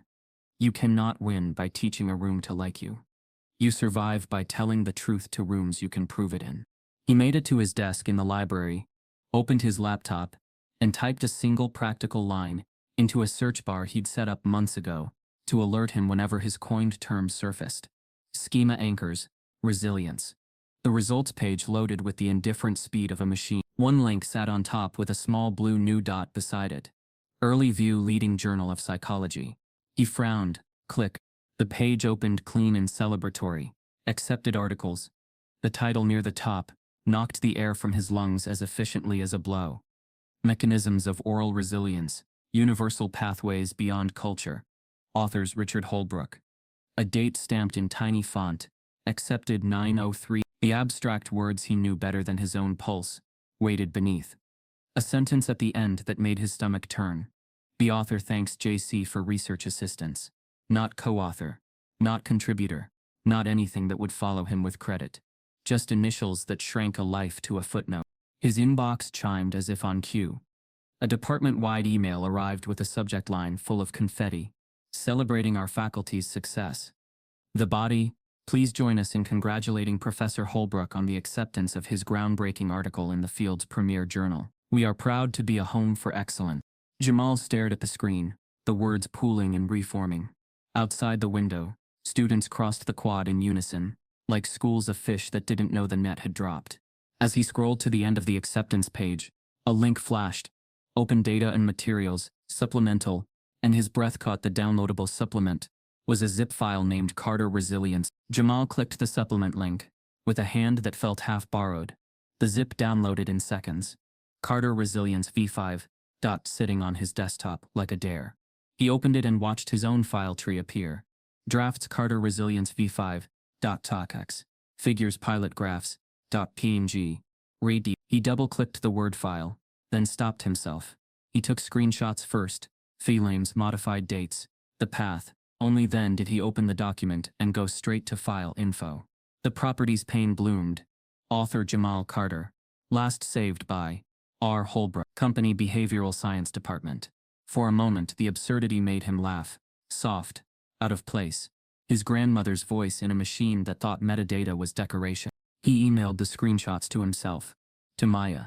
To the empty address he'd built for the archive. Then he opened the read. 2 lines. Derived from field materials collected by JC. Compiled and analyzed by RH. No citation. No co-authorship. Initials that shrunk a life to a footnote. He texted Maya's supplement file as public. My name is on it. Author me. Last saved him. Her reply came fast. Got it. Downloading copies before anyone fixes it. Don't post yet. I want chain of custody clean. He stayed where he was, breathing like the room had thinned. Outside the library window, students moved in bright winter coats, untroubled and busy. His laptop fan whirred. A new email landed from the department, with a celebratory subject line he could not read again. The explosion didn't come from him. It came from a sophomore activist named Deja Rowe, who ran a scrappy campus account on a phone with a cracked screen. At 7:12 p.m., Deja tweeted a screenshot of the acceptance page with the file name underlined in neon yellow. Hullbrook's accepted article has a supplement, literally named after the grad student he's been icing. Carter Resilience v5. Someone explain like I'm not funded by donors who love universal anything. Cite Black scholars. Caldwell copies. The image was rough, unprofessional, perfect. At 7:34 she added a second tweet, a short clip she'd been sent by an anonymous AV tech. 3 seconds of the colloquium projector flicker. Presenter notes flashing credit JC as RA. No time. Oops, she wrote. The carpet has ears. By midnight the thread had jumped the fence. A professor at a state school retweeted with, if this metadata is real, it's bad. If the projector note is real, it's a black feminist scholar with 200,000 followers quote tweeted, the theft of black intellectual labor is not a metaphor. Screenshots of Jamal's phrasing beside Hullbrook's slides multiplied like cells. Someone dug up the department's statement on scholarly conduct and posted the clause on substantial contribution with a circle around the word credit. The hashtags metastasized, cite, Jamal. Who taught your theory? Reverse rigor. Jamal lay on his bed, fully dressed. The ceiling a pale lid over his thoughts. His phone buzzing like it wanted out of his hand. Maya texted, don't tweet. Not yet. Everyone else can. You save the receipts for the room that matters. He typed and erased 3 different responses. Then wrote, copy. He turned the phone face down and listened. In the sudden quiet, to his own heart remind him that he was still here. Morning brought emails the way storms bring branches. His inbox split itself into categories of harm. You Argent. Meeting request. Media inquiry. Advising follow-up. Conduct reminder. The university's PR office sent a campus-wide clarification of facts. We are aware of online claims regarding a faculty member's recent publication. We remind our community that social media is not a fact-finding process. We support our students and our faculty, and will address concerns through our established procedures. It was the same vocabulary the hearing room had taught him. Our community, process. Words that wrapped the institution around the accused, and used the student's name as a warning against naming. He texted Lila May a screenshot of the statement, already bracing for worry. Her reply came as voice, not text. Baby, she said, calm and warm. You watch your mouth and you watch your steps. That storm outside got a center. You be your own. You hearing me? He answered yes and meant it more than once. Faculty took positions by taking none. In the hallway, Dr. Whitmore looked right through him, as if he were a doorway.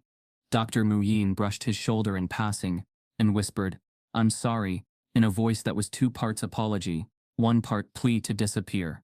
Brooks caught him near the stairs, and held his eyes. Breathe, she said. They're going to circle wagons. Let them circle. We'll walk through where they forgot to stand. At noon, the campus paper published a real story. Maya's first piece. Careful and lit by facts. Metadata on an accepted manuscript in the leading journal of psychology. Lists a graduate student as original author. Supplemental file name. Matches his draft. Projector notes captured at colloquium. Read credit JC as RA. No time. Department denies comment. The paper's server buckled. Screenshots leaked into bigger outlets. An anchor on a morning show used words like alleged, pattern, power. The response from Hullbrook came by afternoon, crafted like a glass object on a lathe. Statement from Professor Richard Hullbrook. I categorically reject any insinuation of plagiarism. I have mentored Mr. Carter extensively, and am proud of his growth. As is common in our field, students contribute preliminary observations to projects that I shape into publishable theory. Online mobs are not peer review.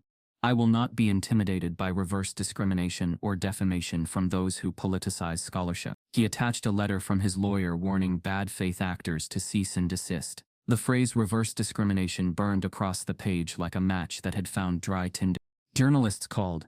A cable show requested him live. Departments at 3 other universities sent private emails to their grad cohorts with subject lines like "Stay professional online." Students kept tweeting anyway. The clips and receipts and hash-marked indignation did what the institution refused to do. They named. Jamal's phone vibrated with unknown numbers. He let them ring out. The messages that mattered came from people with small circles around their names. Petra sent a text with no greeting. I'm sorry I went quiet. He scares everyone. But I kept copies. If you need more, say pineapple and I'll know it's safe. He typed, pineapple. A minute later, 3 PDFs landed. Hullbrook scanned lecture notes with arrows into Jamal's phrasing, and a margin note he recognized from the envelope. Avoid citing Carter, too raw. Jamal's throat seemed to close. The air had to learn a different path in. Maya called on signal. You're everywhere, she said, voice contained, exhausted. Which is exactly why you don't need to speak yet. Your voice should not enter the conversation as a thread. It should arrive as a document. You think they'll move against me? He asked. They already did, She said. Now they'll try to move against the story. Hullbrook's lawyer is emailing editors. The journal is quiet. Quiet means what? Quiet means the editor-in-chief is on a call with legal. She said. Sit tight. Sorry, don't sit. Work. Send me your OSF registration checksum and the full metadata screenshots. And Jamal? She hesitated. There's something you should prepare for. When people like this get cornered, they say you're unwell. He exhaled. He already said I'm unpolished. Unwell is just the grown-up version. She let a small sound escape that felt like empathy, disguised as frustration. I'll call when I know more. The university scrambled. PR emails, last-minute listening sessions, a panel hastily assembled on mentorship and credit that invited no students and concluded nothing.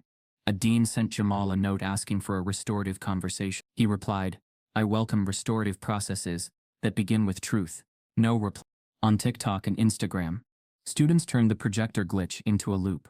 A music producer layered the 3-second credit JC as RO. No time clip under a beat, and titled it No Time. It racked up views. In comment sections, alumni told stories with the careful vagueness of people who still wanted access to their alma mater's events. I remember when my lab head, we all knew not to. Don't use my name. Hullbrook did a friendly interview with a columnist who owed him favors. It's a shame, he said, looking into the camera with honed sorrow. We are in a moment where identity politics has eclipsed sincere inquiry. I've dedicated my life to mentoring students of all backgrounds. It hurts to be accused by someone I have tried to help. When the columnist asked about the file name, he smiled. Young scholars save everything under their own names. He said, I collect, I synthesize, I publish. This is scholarship. The rest is noise. Jamal watched the clip on mute. the captioning running across Hullbrook's mouth like a forced translation. He closed the window before the video could loop. He opened his archive instead. He wrote a one-page cover note, in a voice that wouldn't apologize. I, Jamal Carter, conceived and drafted the framework labeled Mechanisms of Oral Resilience, including the central constructs, mnemonic anchors, narrative rehearsal as stress inoculation, and schema architecture rooted in oral knowledge. Attached are drafts, metadata, and third-party captures demonstrating derivation and sequence. I state this without anger, because anger is the story they want to tell to avoid the one I am telling. He sent the packet to Maya, to Dr. Brooks, to the unnamed address he now suspected belonged to an ally in the AV office. He printed a copy for the lockbox, and wrote today's date with slow, ugly penmanship. Then the unexpected twist arrived. Not in a tweet, but in a quiet ping from the journal website. The supplemental zip had been replaced. Instead of Carter Resilience 4b5.zip, the link now read Resilience Supplemental.zip. The contents were the same. The file properties weren't. Author blank. Last saved by editorial staff. He stared at the screen, rage collecting under his skin, like storms behind hills. He took new screenshots, saved them beside the old ones, and in the fine lines wrote what the edit had tried to erase. He texted Maya. They just scrubbed the metadata. Same files, new mask. She answered with 2 words. Even better. His phone rang with a number he didn't recognize. He almost let it die, then answered. A voice he knew. The chair of the subcommittee. Mr. Carter, she said carefully. Given the online developments, we are postponing your hearing pending further review. In the meantime, please refrain from additional public commentary. I haven't made any, he said. Then please continue refraining, she replied, and hung up with the neatness of a ribbon. By dusk, the hashtags had breached the campus gates. A national columnist wrote, "It should not require Twitter to make a university read its own policy." A prominent psychologist posted, "If the metadata is accurate, retraction is the remedy. Co-authorship at minimum." A pundit with a brand built on grievance tweeted, "This is what happens when DEI hires take over the academy." The replies were a battlefield he refused to walk into. He cooked rice. He burned it. He ate it anyway. Lila May called without hello. "I saw a man on the TV with a nice suit talking ugly," she said. "That was him," he answered. She made a sound between a tesk and a prayer.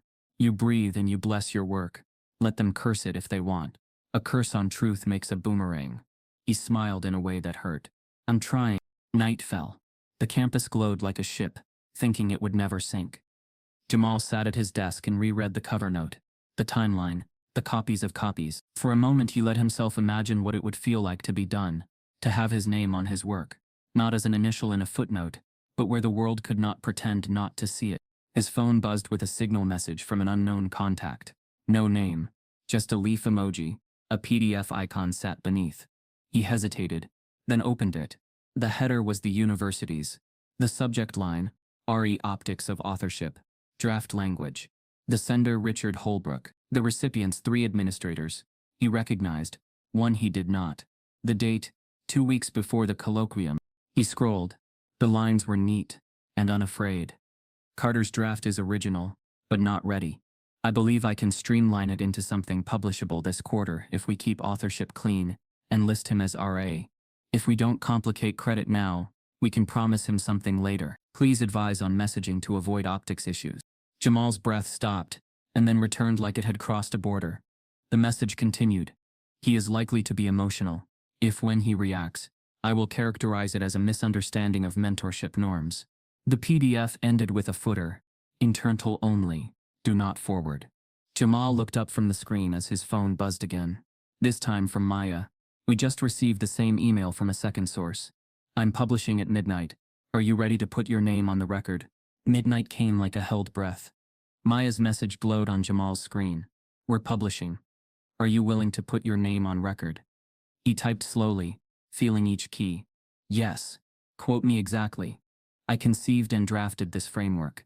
The record shows it. Then, because he knew the next move would be ugly, he added, and I won't be speaking on social media tonight.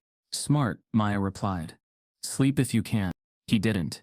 He watched the minute hand drag until the article appeared. Clean, careful, undeniable, metadata screenshots. The projector note. The internal email where Hullbrook had written, Carter's draft is original but not ready. Keep authorship clean. The story landed like a stone in a glass lake. Ripples ran faster than thought. By morning, the ripples sharpened into spears. The university's public relations account posted a thread in soft blues and softer phrases. We discourage the circulation of partial information. We affirm respectful mentorship. 5 minutes later, Hullbrook's lawyer's letter hit reporters' inboxes. Miss Carter has engaged in a defamation campaign. We demand immediate retraction. On a friendlier blog, Hullbrook gave a quote. This is reverse racism masquerading as critique. I will not apologize for excellence. Character assassination moved faster than facts. A Google Doc labeled context began circulating among faculty allies, then found its way to a tabloid columnist. Within an hour, a collage of Jamal's old tweets trended under a hashtag that had his name in it. There he was, sophomore year Jamal, retweeting a protester who had written, "Burn it down." The full thread omitted where they'd meant bureaucratic bloat. There he was, quoting a line from a novel, "Some houses need to be haunted to be honest." The caption under the collage read, "Radical activist or unbiased scholar." He felt the speed of the pivot like a snap at his neck. He texted Maya, "They're excavating my undergrad feed." She answered, "Of course they are. They can't debate your evidence, so they'll debate your temperament. Don't take the bait." The worst blow arrived, dressed as policy. An email from the graduate school. Immediate suspension of funding pending conduct review. The words arranged themselves like a verdict. His RA stipend zeroed. His teaching appointment paused. His meal plan canceled in the same administrative breath. An hour later, another email from housing. Eligibility review notice. Without full-time registration cleared, he would need to vacate campus housing within 10 days.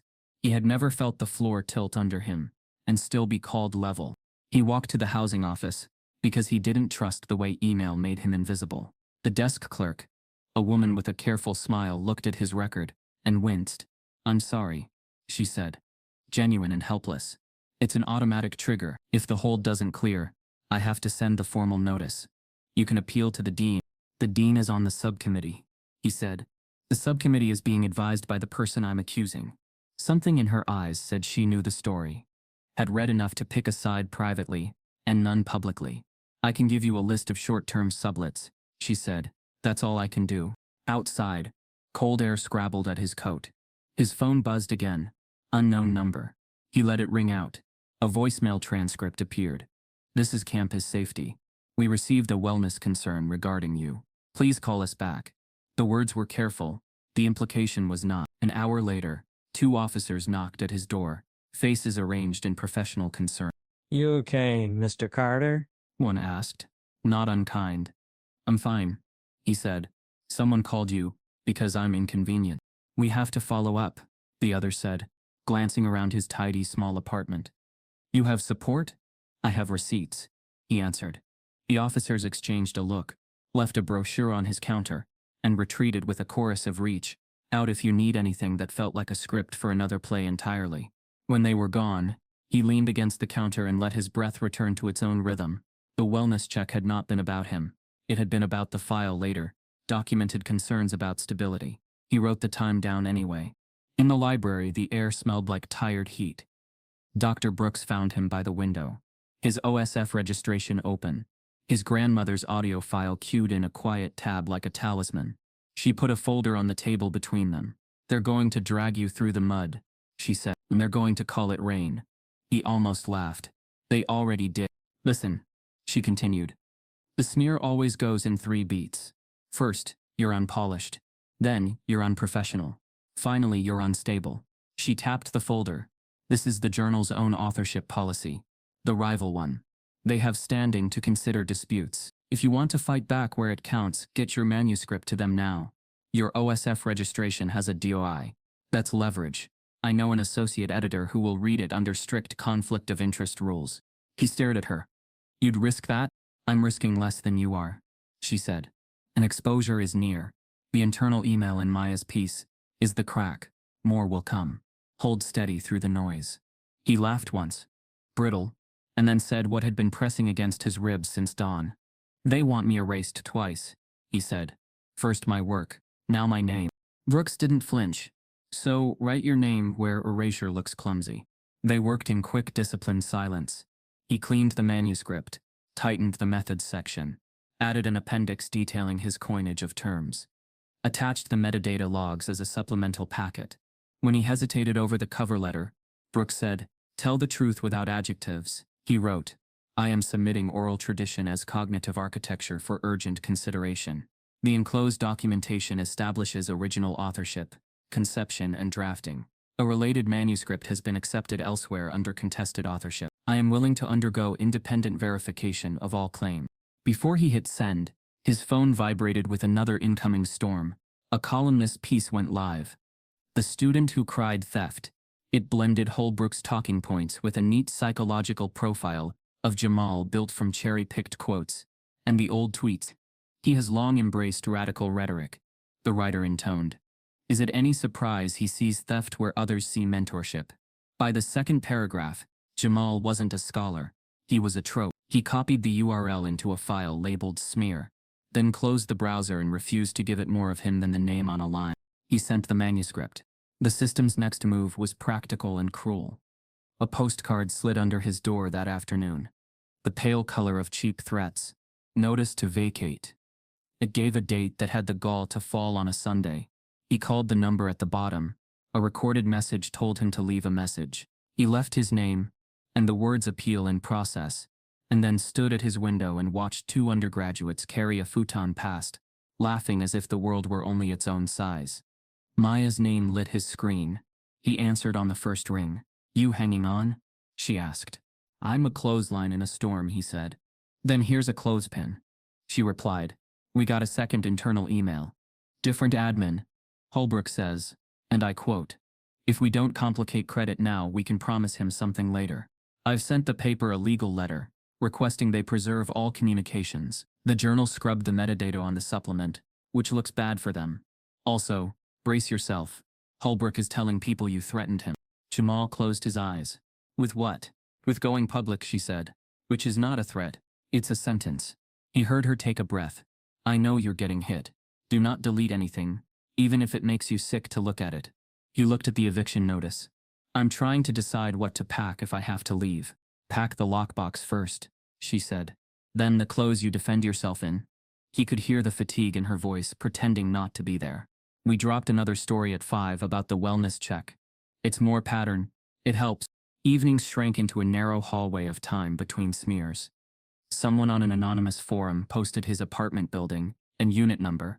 A friend texted him screenshots before the mods took them down. He forwarded them to the same folder, then to the campus safety address with a subject line that read "Doxing Report." For record. No one replied. The hallway outside his door stayed empty and loud in turns.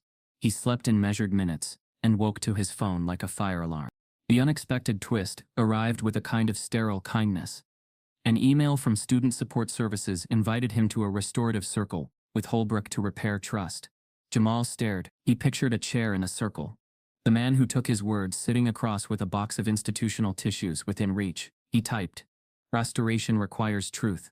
I cannot pretend it exists absent accountability," and clicked send before he could decide to make the sentence sweeter than it needed to be. The smear moved into its final beat with a memo to faculty that leaked within the hour. Guidance for letters of recommendation. It cautioned against endorsing students currently engaged in unprofessional public campaigns. No names. It didn't need them. He thought of how many committees would read a sentence that sounded neutral and carried a map of him.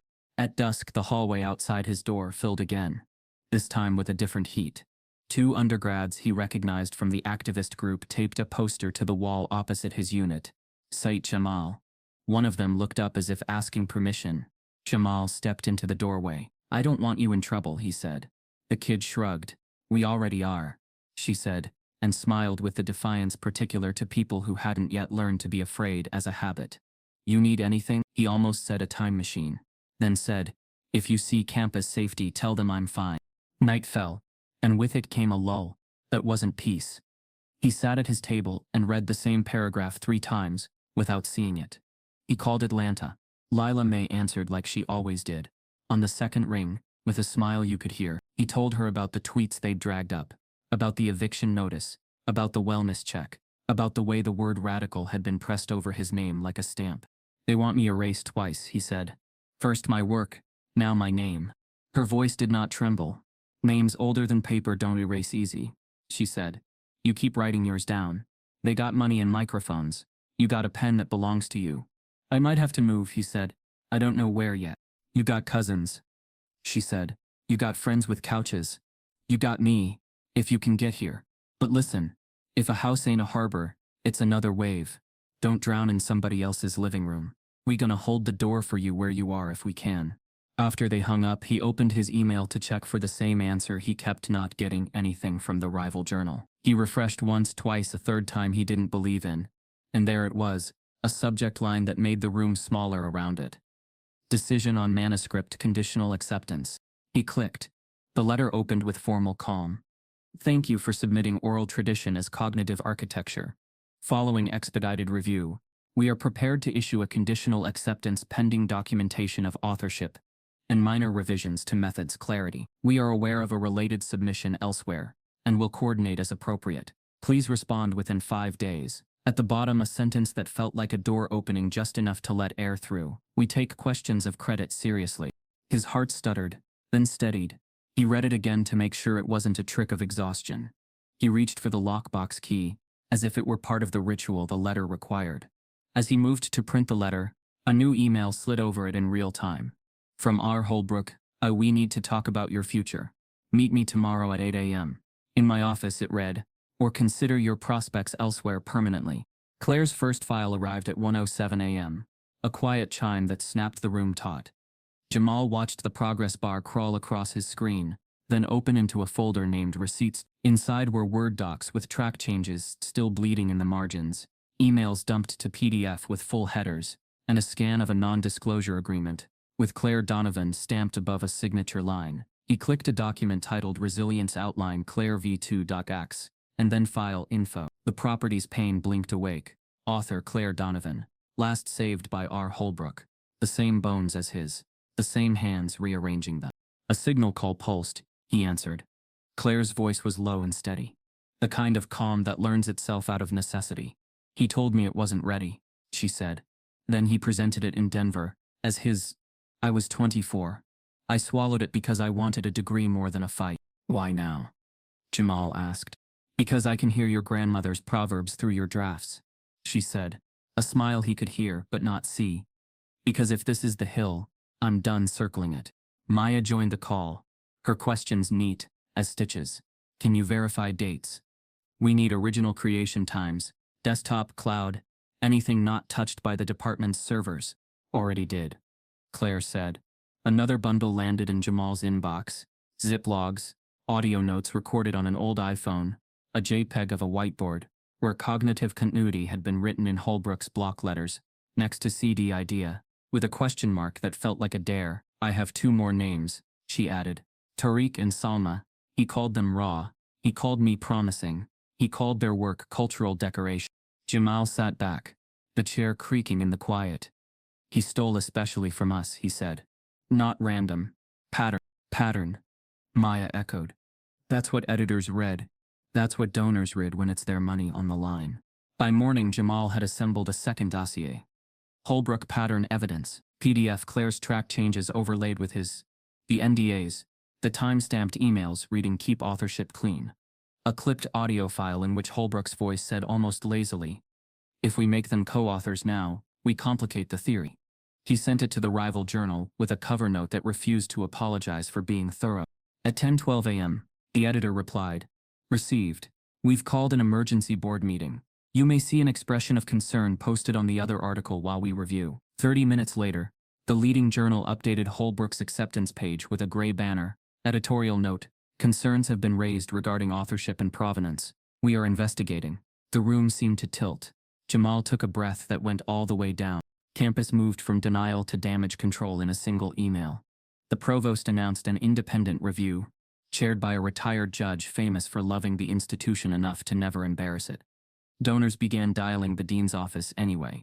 Money has its own ethics. A trustee's assistant accidentally CC'd a student. Listserv on a message that read, Our family will pause the Caldwell pledge until this is resolved. Cannot be seen endorsing theft. The email was recalled. Screenshots outran the recall. Hullbrook's composure cracked where money touched it. He wrote Jamal at 2:03 p.m. Taking this public harms you more than me. Let's be reasonable. I'll add an acknowledgement. Jamal reread the line until it stopped being absurd and returned to being an insult. He forwarded it to Maya for the record, to Dr. Brooks for the archive, and then closed the tab as if closing a door. The story outgrew the campus paper. A national magazine published Maya's co-bylined expose that afternoon, a map of theft traced in metadata and margin. It named Jamal as the true author of the Mechanisms of Oral Resilience framework and printed side-by-side screenshots that required no specialized training to decipher. Claire's files anchored a section titled A Pattern of Appropriation, anonymizing Tariq and Salma, but including their quotes. He said I was advocacy, not scholarship, one read.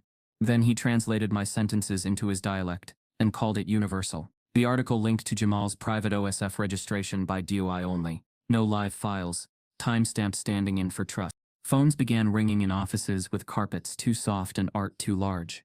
A dean, cornered outside a fundraiser, told a camera, "We take these matters seriously," and watched the quote edit itself into ridicule online. The Alumni Association quietly canceled a weekend gala for reasons of weather. On a clear day, student groups announced a teach-in on credit and power, inviting no administrators to the panel. Jamal stood at the edge of the quad, cold working its way through his coat, and felt the scale shift. He was still a graduate student, with an eviction notice taped to his wall, but the story had stepped off his back and onto the institution's. Dr. Brooks walked up beside him without fanfare. "They'll say this is a witch hunt," she said, eyes on the library's glowing windows. "Remind them witches were often midwives. You brought the receipts that made the birth visible." He smiled, weary and real. "He's lobbying to get my conditional acceptance pulled," he said. "I know," she said. He called the editor's board emotional. "In an email we will someday FOIA for sport. Keep breathing." They posted an expression of concern. "That's not for you." A text pinged, "Daja, the activist sophomore. Rally tonight. No megaphones in the building. We'll use pens on poster boards. Come if you want, ghost if you need." He typed ghosting. "But thank you," she replied with a photo of a sign. "Mechanisms aren't neutral when the hands aren't clean." At dusk the unexpected twist surfaced. A faculty Slack archive leaked. The thread stitched together in a reporter's piece made the stomach drop. "We should protect the department's brand," one professor wrote. "This will blow over if we keep it academic." Another, "He's a good kid, but he's making it political." Then Hullbrook in a DM to a donor liaison. "If we don't firm up the narrative now, we lose the next gift cycle." The donor replied with a screenshot of his pause email. The Slack admin attempted to shut the leak down. The internet laughed politely and did not comply. Hullbrook's tone changed by evening.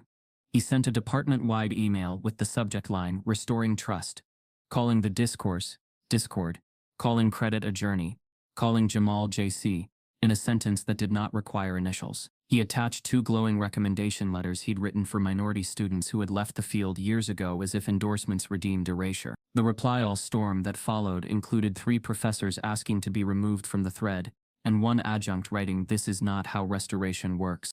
Claire kept sending files. Another whiteboard photo, a conference slide deck from 2018 that repackaged a Latina student's phrasing as a mechanism, a black-lined NDA with clauses bolded like a threat. Maya's team built a timeline with receipts you could touch, dates, edits, voices. "This is bigger than Jamal," the new headline read. It always was. Jamal returned to his apartment and pressed play on his grandmother's recording like a lamp he could turn on. "When the wind lies, the roots tell the truth," she said, her voice a shoreline. He answered aloud, "I'm listening," and pulled his chair to the table stacked with documents that had once felt like a plea and now sounded like a verdict warming up its throat. Then the donors moved from threat to math. A statement leaked from the foundation office. 3 7-figure pledges, under review. Comments from alumni flowed like an old river, redirected. "We don't fund theft. We are tired of being proud of a place that isn't proud of its students." The university scheduled an emergency board of trustees meeting with a subject line that forgot to pretend.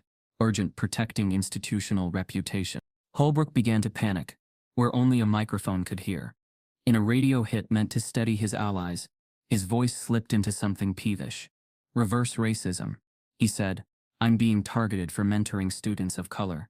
The host let the phrase sit on air like a stain. A caller identified herself as a 2015 alum and asked, Calm as water. Why does mentorship always end at your name? The clip traveled faster than the interview. That night, the rival journal's editor called. No email, no delay. We have enough, she said. We're moving forward. Jamal closed his eyes. Forward. How? He asked. With yours, she said. With an editorial note that acknowledges the conflict, and an appendix that shows your record of authorship. He heard a rustle of papers on her desk. We may also recommend action to the other journal's board. I can't promise their pace. I can promise ours. He didn't cry. He pressed his thumb and forefinger to his eyes until the pressure made stars he had not earned flicker in the dark. Thank you, he whispered, a word that felt both too small and exactly right. Minutes later, the national paper published a second exposé. This one headlined "A Systemic Problem Wearing One Man's Name." It recounted Claire's NDA, Tariq's raw feedback, Salma's cultural decoration dismissal. It named Jamal as the true author, again, and then widened the lens so the system couldn't hide behind a single villain. The closing paragraph quoted Dr. Brooks without naming the institution. Who gets to be universal? Follow the credit. It will tell you. Campus looked different by morning. Posters reading "Credit is a verb" curled on bulletin boards. A new departmental memo promised interim authorship guidelines that were word for word the policy Dr. Brooks had handed Jamal weeks ago. The chair announced Hullbrook's voluntary leave pending clarity. The subcommittee on conduct postponed Jamal's hearing indefinitely. The eviction notice was still taped to his wall. Institutions can reverse reputational harm faster than housing policy. But the glue seemed weaker. He brewed coffee that tasted like damp cardboard and drank it anyway. Because some rituals are not about taste but about being able to stand up. The apartment was quiet enough to hear the radiator tick. His inbox chimed. The sender line was the one he had stared at all semester like a locked gate. Leading Journal of Psychology, Editorial Office. The subject, Decision and Production Timeline. He opened it with hands that had learned, finally, not to shake. Dear Mr. Carter, it began. Following expedited review and verification of authorship, we are pleased to inform you that your article "Oral Tradition as Cognitive Architecture" has been accepted for publication and scheduled for our next issue. We will also be issuing an expression of concern regarding the previously accepted manuscript and commencing a separate investigation. Please review the attached proofs by 5 p.m. tomorrow. He read the line again, then aloud, because some sentences need to hear themselves in the air to exist. Accepted. Next issue. His hands went to the lockbox key without asking him first.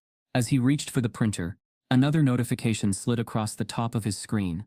A calendar invite from the university's independent review panel for an interview the same hour as his proof deadline, signed by the retired judge and CCing Hullbrook's attorney. Jamal sat at his desk long after the email from Hullbrook faded from his screen, the words still pulsing like a bruise. Meet me tomorrow at 8 a.m. in my office, or consider your prospects elsewhere permanently. The timing was no accident, sent just minutes after the rival journal's conditional acceptance. Hullbrook wanted control back. Wanted to remind Jamal that every door in the institution still had his keys. Jamal did not reply. Instead, he printed 2 copies of the acceptance letter, one for the lockbox, one folded neatly into his backpack. He knew Hullbrook's tactic well by now, to frame every move as mentorship, every theft as polishing, every threat as guidance. He would not walk into that office alone, not when the next chapter of his fight was shifting to a battlefield larger than campus walls. By morning, the larger storm was already brewing. The rival journal's editor sent him a short, clipped note. Professor Hullbrook has contacted us regarding your submission. He alleges duplication with a manuscript currently under review. We are obligated to investigate before proceeding further. Please submit all documentation you believe supports your independent authorship. Jamal read it twice. Duplicate work. The very theft he was fighting had been turned into a charge against him. He sat back in his chair and whispered aloud. They want me erased from my own shadow. He opened the lockbox. Out came the printed drafts, the OSF registration confirmation, the metadata screenshots, the internal email where Hullbrook admitted Carter's draft is original, but not ready. He scanned them into a clean PDF packet, labeling it Authorship Dossier Carter. Then he typed a cover note without decoration. These materials establish my conception and drafting of the framework. Professor Hullbrook's submission derives from my work, not the other way around. I welcome independent forensic review of file properties and timestamp. The weight of systemic gatekeeping pressed harder that afternoon. Another email arrived from the graduate school. Reminder, Pending conduct status. His tuition ledger showed 0 credit applied. A call from the bursar warned of automatic late fees, and outside his door the site Jamal poster someone had taped days ago was gone, replaced by a blank stretch of paint scrubbed too hard, a faint square where words used to be. That night he joined a Zoom call Maya had arranged with a national newspaper's investigative desk. Their questions were precise, surgical. Can you verify the draft chronology? Do you have corroboration from peers? Can you prove Hullbrook accessed your files? Jamal answered carefully, always with receipts. By the end of the call, one reporter leaned forward. We've heard whispers this isn't the first time. Off record, 3 sources said Hullbrook's name appeared on their work before it was ready. We're digging. It was the first time Jamal felt the gate crack from the outside. The story was no longer just his word against Hullbrook's reputation. It was becoming a pattern, one that other people were now willing to whisper about. 2 days later, the whispers sharpened into leaks. An alumni blog published an anonymous essay from a former grad. He told me my manuscript wasn't fit for publication, then presented it at a conference 3 months later with my name stripped. Another surfaced in a Facebook group. Ask him about 2014. Half the lab knew. Hullbrook fought back with polish. In a radio interview, he sighed with practiced weariness. Young scholars confuse influence with theft. I've nurtured many careers. It pains me to see entitlement replace gratitude. The host nodded, feeding him soft questions about cancel culture and the dangers of social media mobs. Jamal listened with his jaw tight, noting every phrase that slid the narrative toward himself as unstable, ungrateful, unprofessional. Dr. Brooks met him in the atrium afterward, her face taut with equal parts fury and resolve. Gatekeeping has a script, she said. They'll call you radical, then entitled, then unstable. He's already ticked 2 boxes. Don't give him the third. I don't even know if the journal will hold the line, Jamal admitted. He's their star. His name opens conferences. Then your evidence pile has to shine brighter than his resume, Brooks said. She lowered her voice. And it already does. Still, doubt seeped in during the quiet hours. Jamal stared at the stack of documents spread across his table. Their neat lines of metadata, their timestamps, their careful chronology. Would a committee of white-haired editors, men who had golfed with Hullbrook at conferences for decades, really side with a black grad student, with no degree yet in hand? Would receipts outweigh reputation? On campus, the smear deepened. Flyers appeared with the words, "Academic integrity matters," and a QR code that linked to a petition. Suspend Carter until investigations conclude. Anonymous forums buzzed with claims he had plagiarized himself. Students he didn't know stopped making eye contact in the dining hall. The silence felt sharper than any insult. And yet, the story refused to die. News outlets outside academia picked it up, framing it as a broader scandal. Ivy League professor accused of stealing black graduate students' work. A popular podcast titled its episode "The Theft of a Thesis." Clips of Hullbrook's dismissive interviews circulated alongside side-by-side screenshots of Jamal's draft and the accepted article. Online, the tide was turning, even as the institution pulled tighter around its gate. Then came the unexpected twist. Late on a Friday night, Jamal's inbox pinged with a message from a name he didn't recognize. Subject line, "I worked for him. It happened to me too." The sender identified herself as Claire Donovan, Hullbrook's former research assistant from 5 years earlier. "I've watched this from a distance, and I can't stay quiet anymore," the email began. "Hullbrook published part of my dissertation, under his own name. I signed an NDA when I left the program, but I've kept every draft. I'll risk breaking it if it means you're not alone." Jamal sat frozen, rereading the lines. The words felt like a rope thrown across a chasm he'd been standing at the edge of for months. For the first time, the story wasn't just him against a wall of silence. It was a pattern, a record, a chorus beginning to form. He typed back carefully, hands trembling. "Thank you, I believe you. Can we talk safely?" Moments later, her reply came, "Yes, I'll send the files, but we have to move carefully. You'll know it's me the second it surfaces." Jamal closed his laptop, heart pounding, as his phone buzzed with another message, this time from Maya. "We just got word. The journal's board is meeting tomorrow to decide whether to retract his article or bury yours. We need Claire's files now." The first cracks in Hullbrook's fortress appeared not with thunder but with silence. His name disappeared overnight from the department's homepage, replaced by a bland gray silhouette where his faculty portrait once stood. For decades, his face had been a permanent fixture, projected in conference halls, stamped on syllabi, whispered about in corridors with reverence or fear. Now it was a void, an absence more damning than any accusation. The announcement came wrapped in neutral language. Professor Richard Hullbrook has been placed on administrative leave, pending the outcome of an ethics review. Students screenshot it, circled the word pending, and flooded group chats with comments like about time and receipts when. Jamal read it twice, then once more, not because he doubted the words, but because he had lived so long with the opposite, that belief arrived cautiously. Hullbrook's arrogance, once a mask of polished steel, began to dent under the pressure.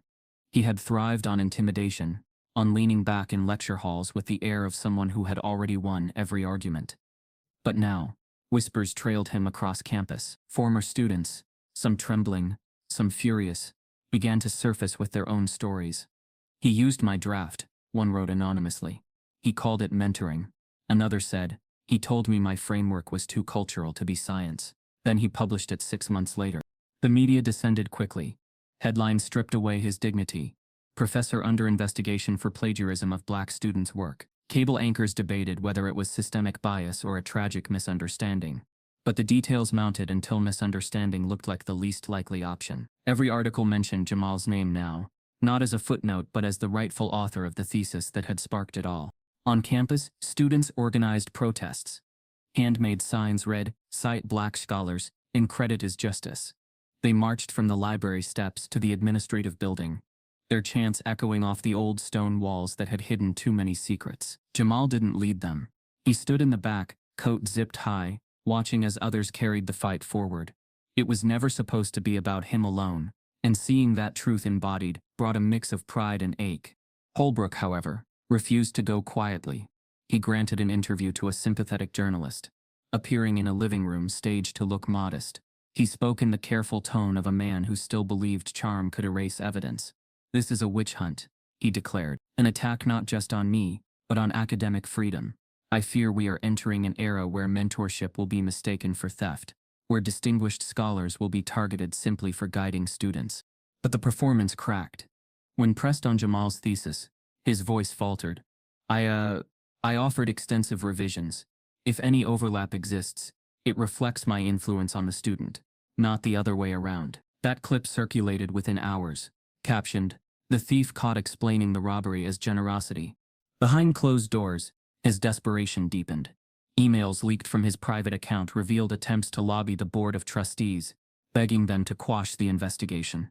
"If I fall, the department's reputation collapses with me," he wrote. But the board, facing donor threats and public outrage, began to distance themselves. He was no longer their pride, he was their liability. Jamal's phone buzzed constantly, reporters, activists, even strangers thanking him for not backing down. Some messages were uplifting, others unsettling. "You've given us all courage," one read. Another said, "Careful, they don't forgive truth-tellers." He saved both, knowing they were equally true. Dr. Brooks remained steady by his side. Over coffee one morning, she said, "This isn't just his fall, it's a crack in a wall that's been standing for generations. But cracks don't stay open on their own. You have to widen them." Jamal nodded, but the thought left him weary. For every Hullbrook exposed, how many still thrived unseen? The campus protests swelled into national coverage. Students from other universities began sharing their own stories online, tagging Jamal's name as a rallying cry. Credit the student trended for a week straight. Hullbrook's defenders dwindled, their arguments sounding thinner with each new revelation. Even colleagues who had once praised him now spoke cautiously, saying they had concerns for years but feared tenure politics. Jamal listened, biting back the urge to ask why their fear had been heavier than his reality. Finally, the university issued its sharpest blow yet, a suspension indefinite and without pay. Hullbrook's office was cleared out under the supervision of security. Students gathered in the hallway, watching as boxes of books and papers were carted away. Someone whispered, "That's the same hallway where he humiliated me." Another said, "Poetic." Jamal didn't watch in person. He only saw the photos later, the once feared professor standing outside with his jaw clenched, as if the institution he had served so loyally had betrayed him. But arrogance is a stubborn seed. Hullbrook refused to accept defeat. From his temporary exile, he began drafting letters to the press, trying to rewrite himself as a martyr. One leaked to social media. I have been smeared by a campaign of envy and reverse racism. A young man I mentored has turned against me, fueled by activists who despise excellence. The backlash was swift and brutal. Students posted screenshots of his past lectures, his dismissive comments about folklore, his belittling of minority students. The evidence of his pattern was no longer hidden. It was public record. Yet just when it seemed Hullbrook had been stripped of every weapon, Jamal received a chilling reminder of how far a man like him might go. One evening, an envelope slid under his apartment door. Inside was a copy of his thesis, his own words, highlighted in neon ink, with a sticky note attached. Careful what you celebrate. The world believes what the powerful repeat. No signature, but no need. The handwriting was Hullbrook's. Jamal sat at his desk holding the paper under the dim light, the highlighted passages glowing like warnings. It wasn't just bitterness, it was a threat. The professor's last attempt to claw at his credibility before the final verdict. As Jamal folded the paper back into the envelope, his phone buzzed with a new notification, an anonymous file upload, titled Hullbrook Last Defense by eBet. The subject line read, "If you thought plagiarism was the worst, you haven't seen everything yet." The morning his name finally appeared where it belonged, the campus sky was the blue of a brand new file. Jamal clicked the journal's link with hands he kept deliberately steady. Oral tradition as cognitive architecture filled the screen, his name alone on the byline. No initials shrinking him to a footnote, no with guidance from beneath the title. The DOI glowed like a small, indestructible truth. He scrolled slowly. Abstract, introduction, methods, the paragraph where he'd first coined mnemonic anchors, the figure caption he'd fixed at the last second from universal to generalizable. The acknowledgments ended with a sentence he'd fought to keep plain. For Lila Mae Carter, who taught me that memory is a kind of shelter. He didn't cheer. He didn't cry. He took a screenshot, printed the first page, and slid it into the lockbox on top of every draft that had walked him here. Then he called Atlanta. His grandmother answered on the second ring, the way she always did, as if the phone line were a porch between them. "Baby?" "They printed it," he said, and his voice cracked on the last word. "They printed me." Lord, how she laughed, soft, full, the sound of a stove's blue flame catching. "Read me the first line," she said, and he did, cadence careful, like prayer. When he finished, she hummed that small, satisfied tune he grew up inside of. "They'll try to erase where you came from," she said, not as warning now but as benediction.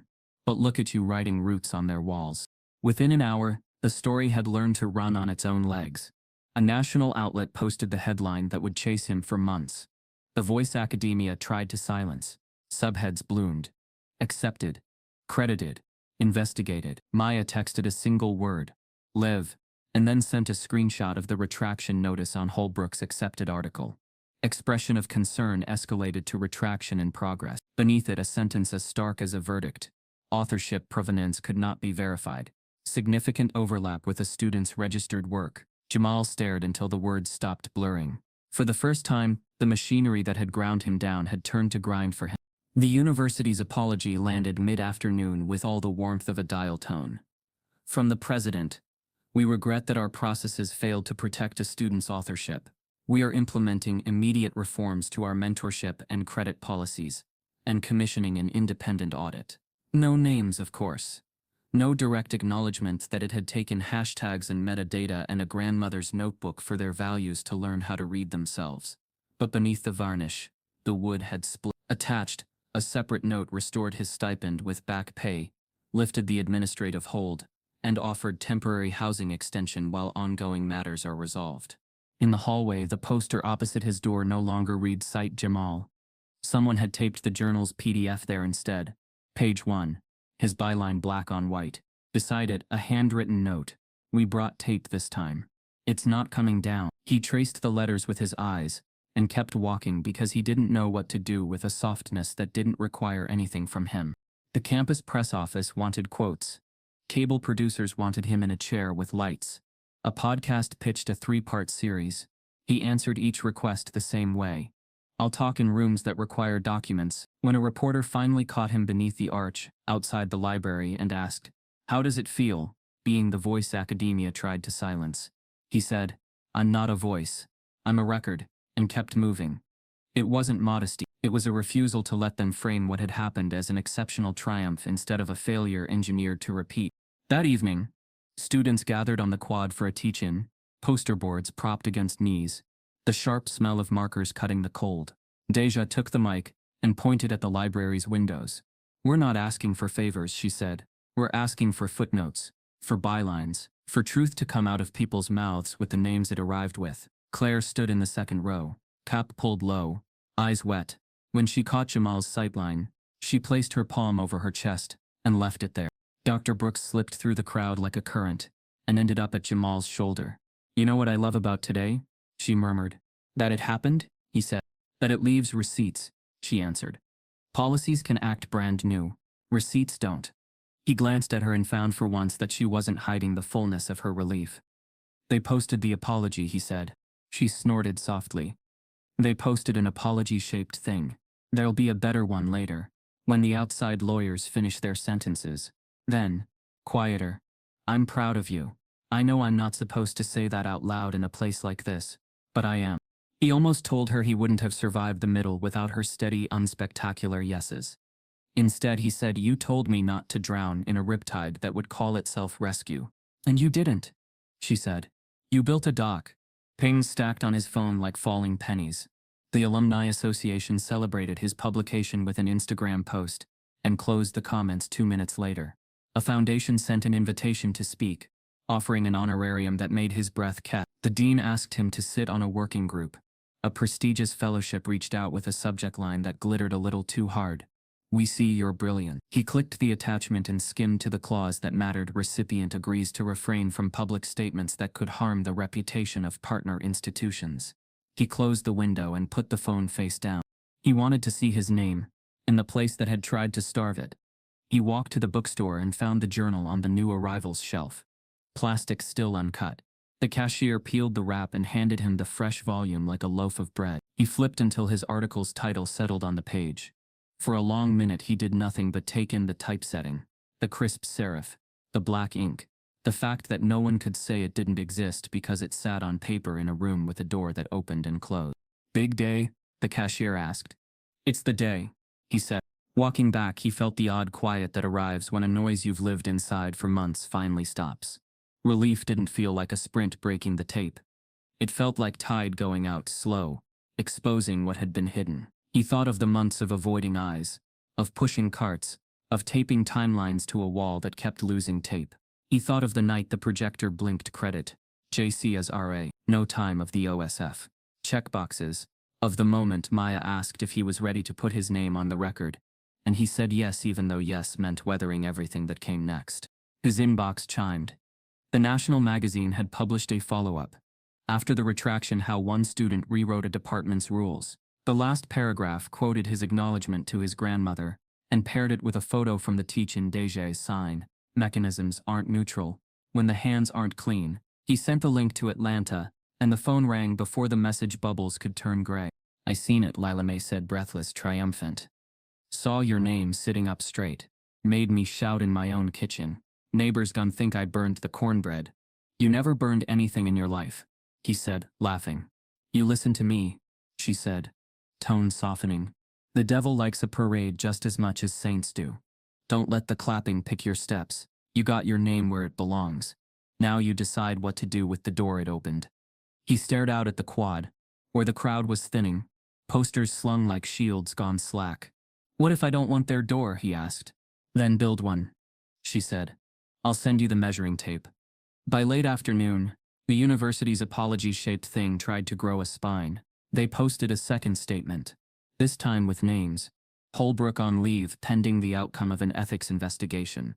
The subcommittee reconstituted with external members. Jamal reinstated in good standing. They promised a lecture series on authorship and power, and announced a scholarship in his name that he had not been asked about. Students roasted the announcement by posting his picture with "Not Your Toten" stamped across it in thick black. Hullbrook's final flail arrived as rumor first.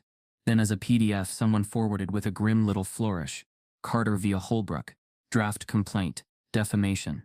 The filing date was blank. The language was not. Plaintiff has suffered reputational harm as a result of defendant's malicious misrepresentations. Maya called before he could call her. "Pre-suit saber rattle," she said. "His counsel is hoping you'll blink and take a settlement that buys your silence." What do I do? He asked. Nothing. She said. Not tonight. Let the retraction finish walking through the other journal's process. Let your paper breathe. We'll answer rattles with receipts if they turn into filings. Campus staged its own version of closure, a dusk that wasn't closure at all.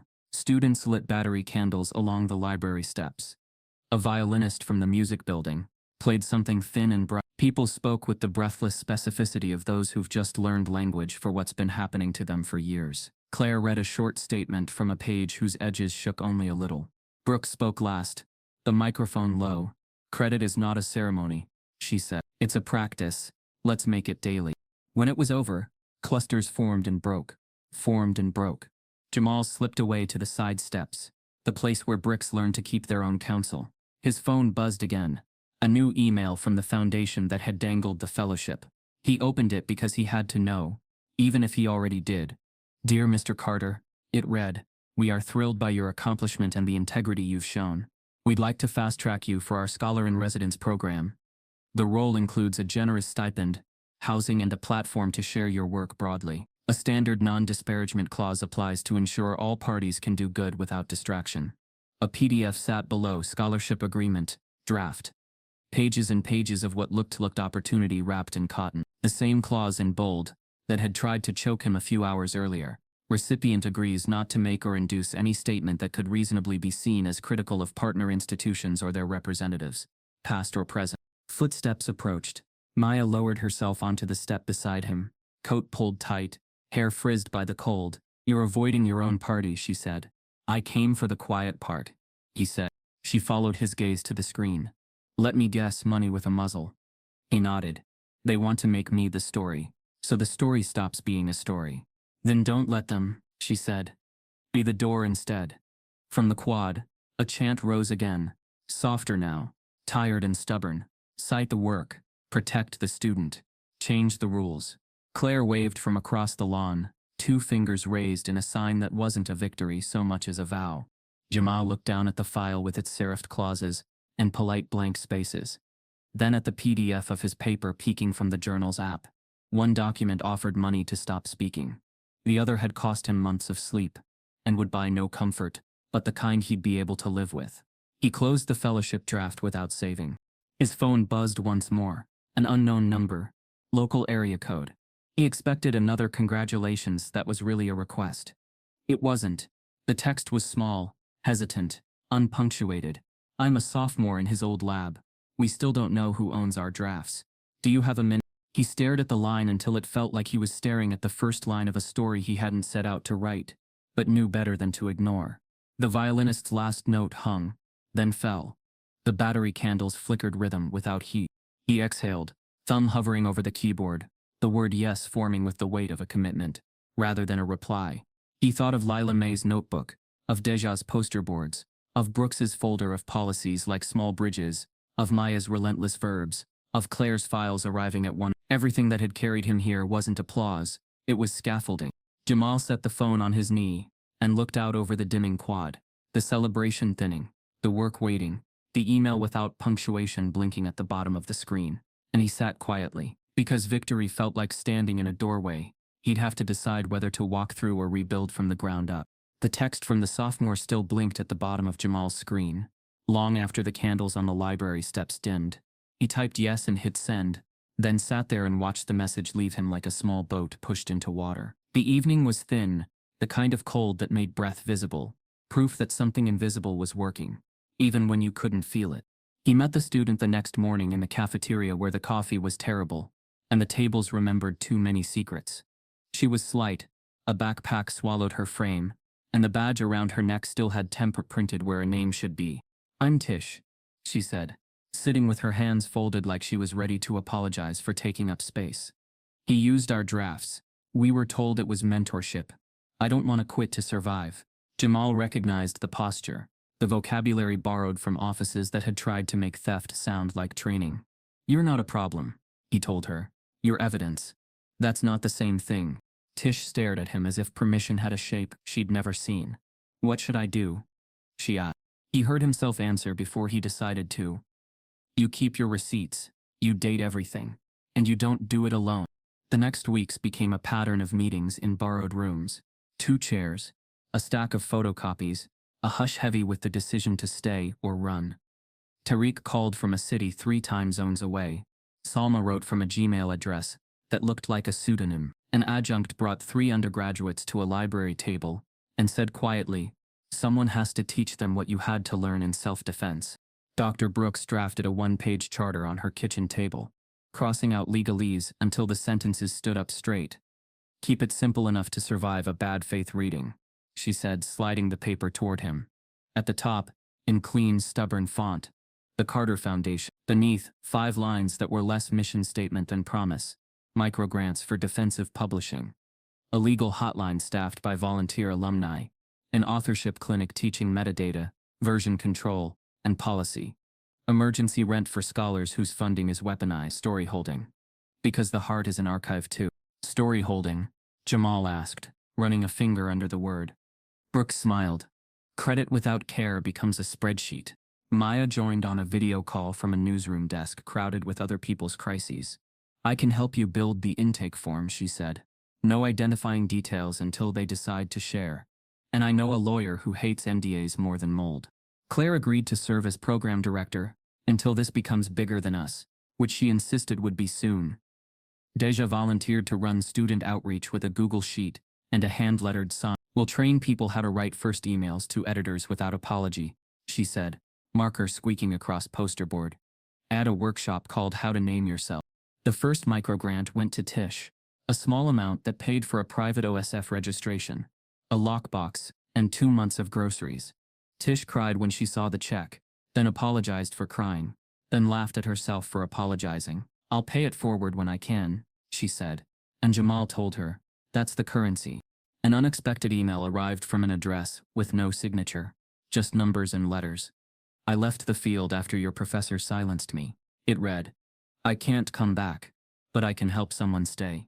Attached confirmation of a wire transfer. The memo line carried 7 words that doubled as a benediction, from someone who was once a footnote. Money didn't fix what had been done to them, but it kept rent paid and laptops on, quiet time protected. The foundation spreadsheet filled with small blessings. $250 for an emergency recorder when a laptop died. $400 for a train ticket to a conference where a student planned to gently surgically ask a question no moderator wanted. $90 for a lockbox like the one under Jamal's bed. A campus chapel offered a room on Wednesday nights, and they turned it into a clinic. On a whiteboard that still remembered sermons, they taught students how to embed authorship in the bones of a file. File, info, properties. How to set document hashes like fingerprints. How to timestamp a thought. How to write cover letters that didn't apologize for existing. Jamal's favorite part was the last 10 minutes when they wrote the names of their frameworks on the board, like claims staked in bright dry erase ink. "Write it big," he would say, and they did. Media request multiplied. He learned to say no without closing doors that led to people who needed him. When a talk show wanted him on a couch opposite a host who loved conflict more than truth, he declined and sent Deja instead, who wore a hoodie and quoted policy until the segment turned from spectacle into homework. When a foundation dangled a stipend again with the same gag clause in gentler language, he replied with a 2-sentence refusal and a PDF of the foundation's charter attached. "No muzzle," he told Maya, "not even a velvet one." Hullbrook filed his pre-suit complaint and watched it wilt under the weight of the retraction and the independent review's findings. The university accepted Hullbrook's resignation without writing the word resign. The press release called it a transition. Jamal didn't read it twice. Doors closed with euphemisms. He was busy building doors with hinges he could name. He went home to Atlanta, for the first time since his name printed in serif. Lila May met him at the door, with both hands out, palms coalesced, eyes young. "Look at you," she said, and then without ceremony, "Make a list." "A list?" he asked, stepping into air that tasted like grease, and history, and grace. "Of who you owe and who owes you," she said, laughing at his face. "Then tear it up. That's how you keep your pockets from carrying grudges." He sat at her kitchen table with a yellow pad, and wrote anyway. Maya Brooks, Claire, Deja, Petra, Tish, the librarian with the gentle mouth, the clerk at housing, who looked sorry and still printed the notice, the AV tech, the anonymous donor who was nobody and everybody. He wrote Lila May in capital letters and then scratched it out because some debts were not debts at all, but inheritance. "What's that look?" she asked, stirring collards. A life that feels borrowed and earned at the same time, he said. Baby, she told him. Everything good is borrowed from somebody who loved you enough to hand it over. Pay it forward is just thank you with work in it. He visited his old high school the next day and stood before a class of seniors who had learned to measure themselves against tests that didn't know their names.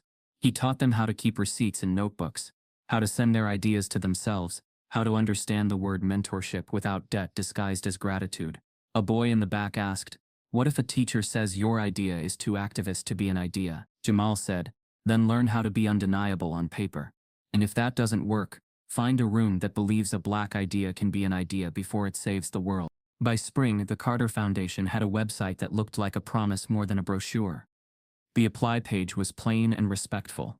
The resources page held PDFs of policies with margins where Brooks had annotated the subtext like a translator. A map showed pins in cities he'd never visited. Tiny lights from people who had found the courage to write "I need help" without making it a confession. Unexpectedly, the university reached out about a restorative keynote during a rebranded mentorship week. "You can say what you need," the email promised. Jamal said yes on the condition that the stage include students who had not been believed when it mattered. The auditorium filled with faces that had learned to clap for things that hurt them. He didn't give them a victory speech. He gave them a toolkit. "This isn't a story about me," he said from the lectern. "It's about names. Who learns to say them? Who learns to remove them without leaving fingerprints? It's about the difference between a door and a trap that looks like a door. If you've ever been told your voice is a problem, come find us after. We will teach you how to make your voice a record." The line that formed after the keynote curled like a second hallway. Some students wanted signatures. Most wanted language. A parent hugged him like a prayer. A professor he didn't know slipped him a note that said, "I couldn't speak.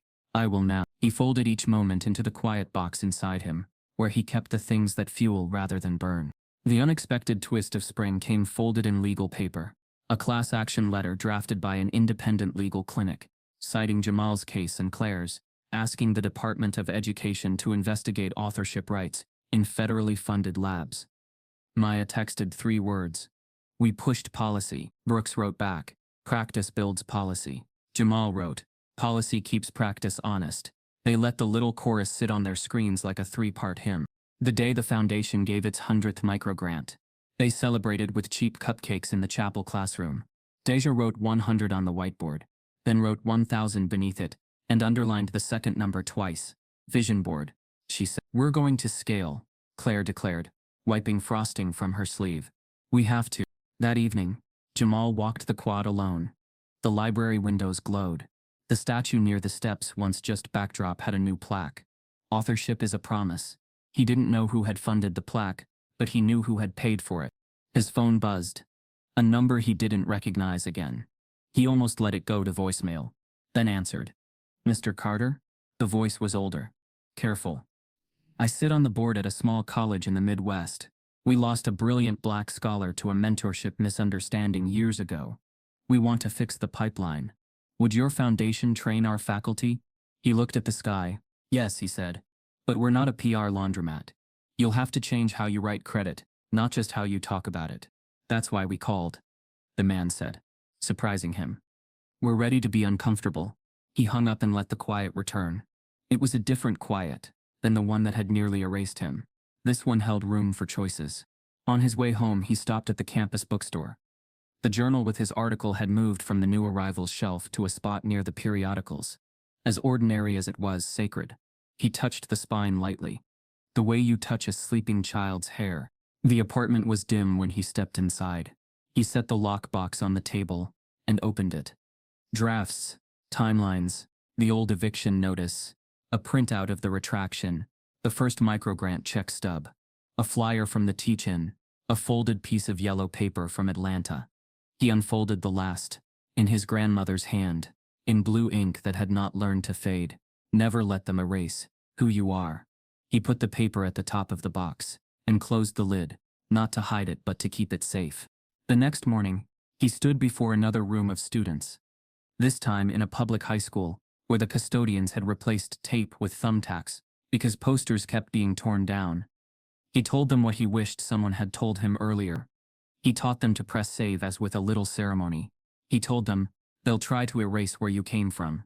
It will sound like advice. It will sound like care. It will be theft with better lighting. Keep your receipts. Keep your name. Keep each other. A girl in the front row raised her hand. Does it get easier? She asked. It gets clearer, he said. And clarity is a way of breathing. On the walk back to campus, he called Atlanta. What are you building now? Lila Mae asked, as if she could hear the blueprint opening in his chest. A door, he said. And a table to put just inside it. She laughed, a sound he could fold into his coat for weather.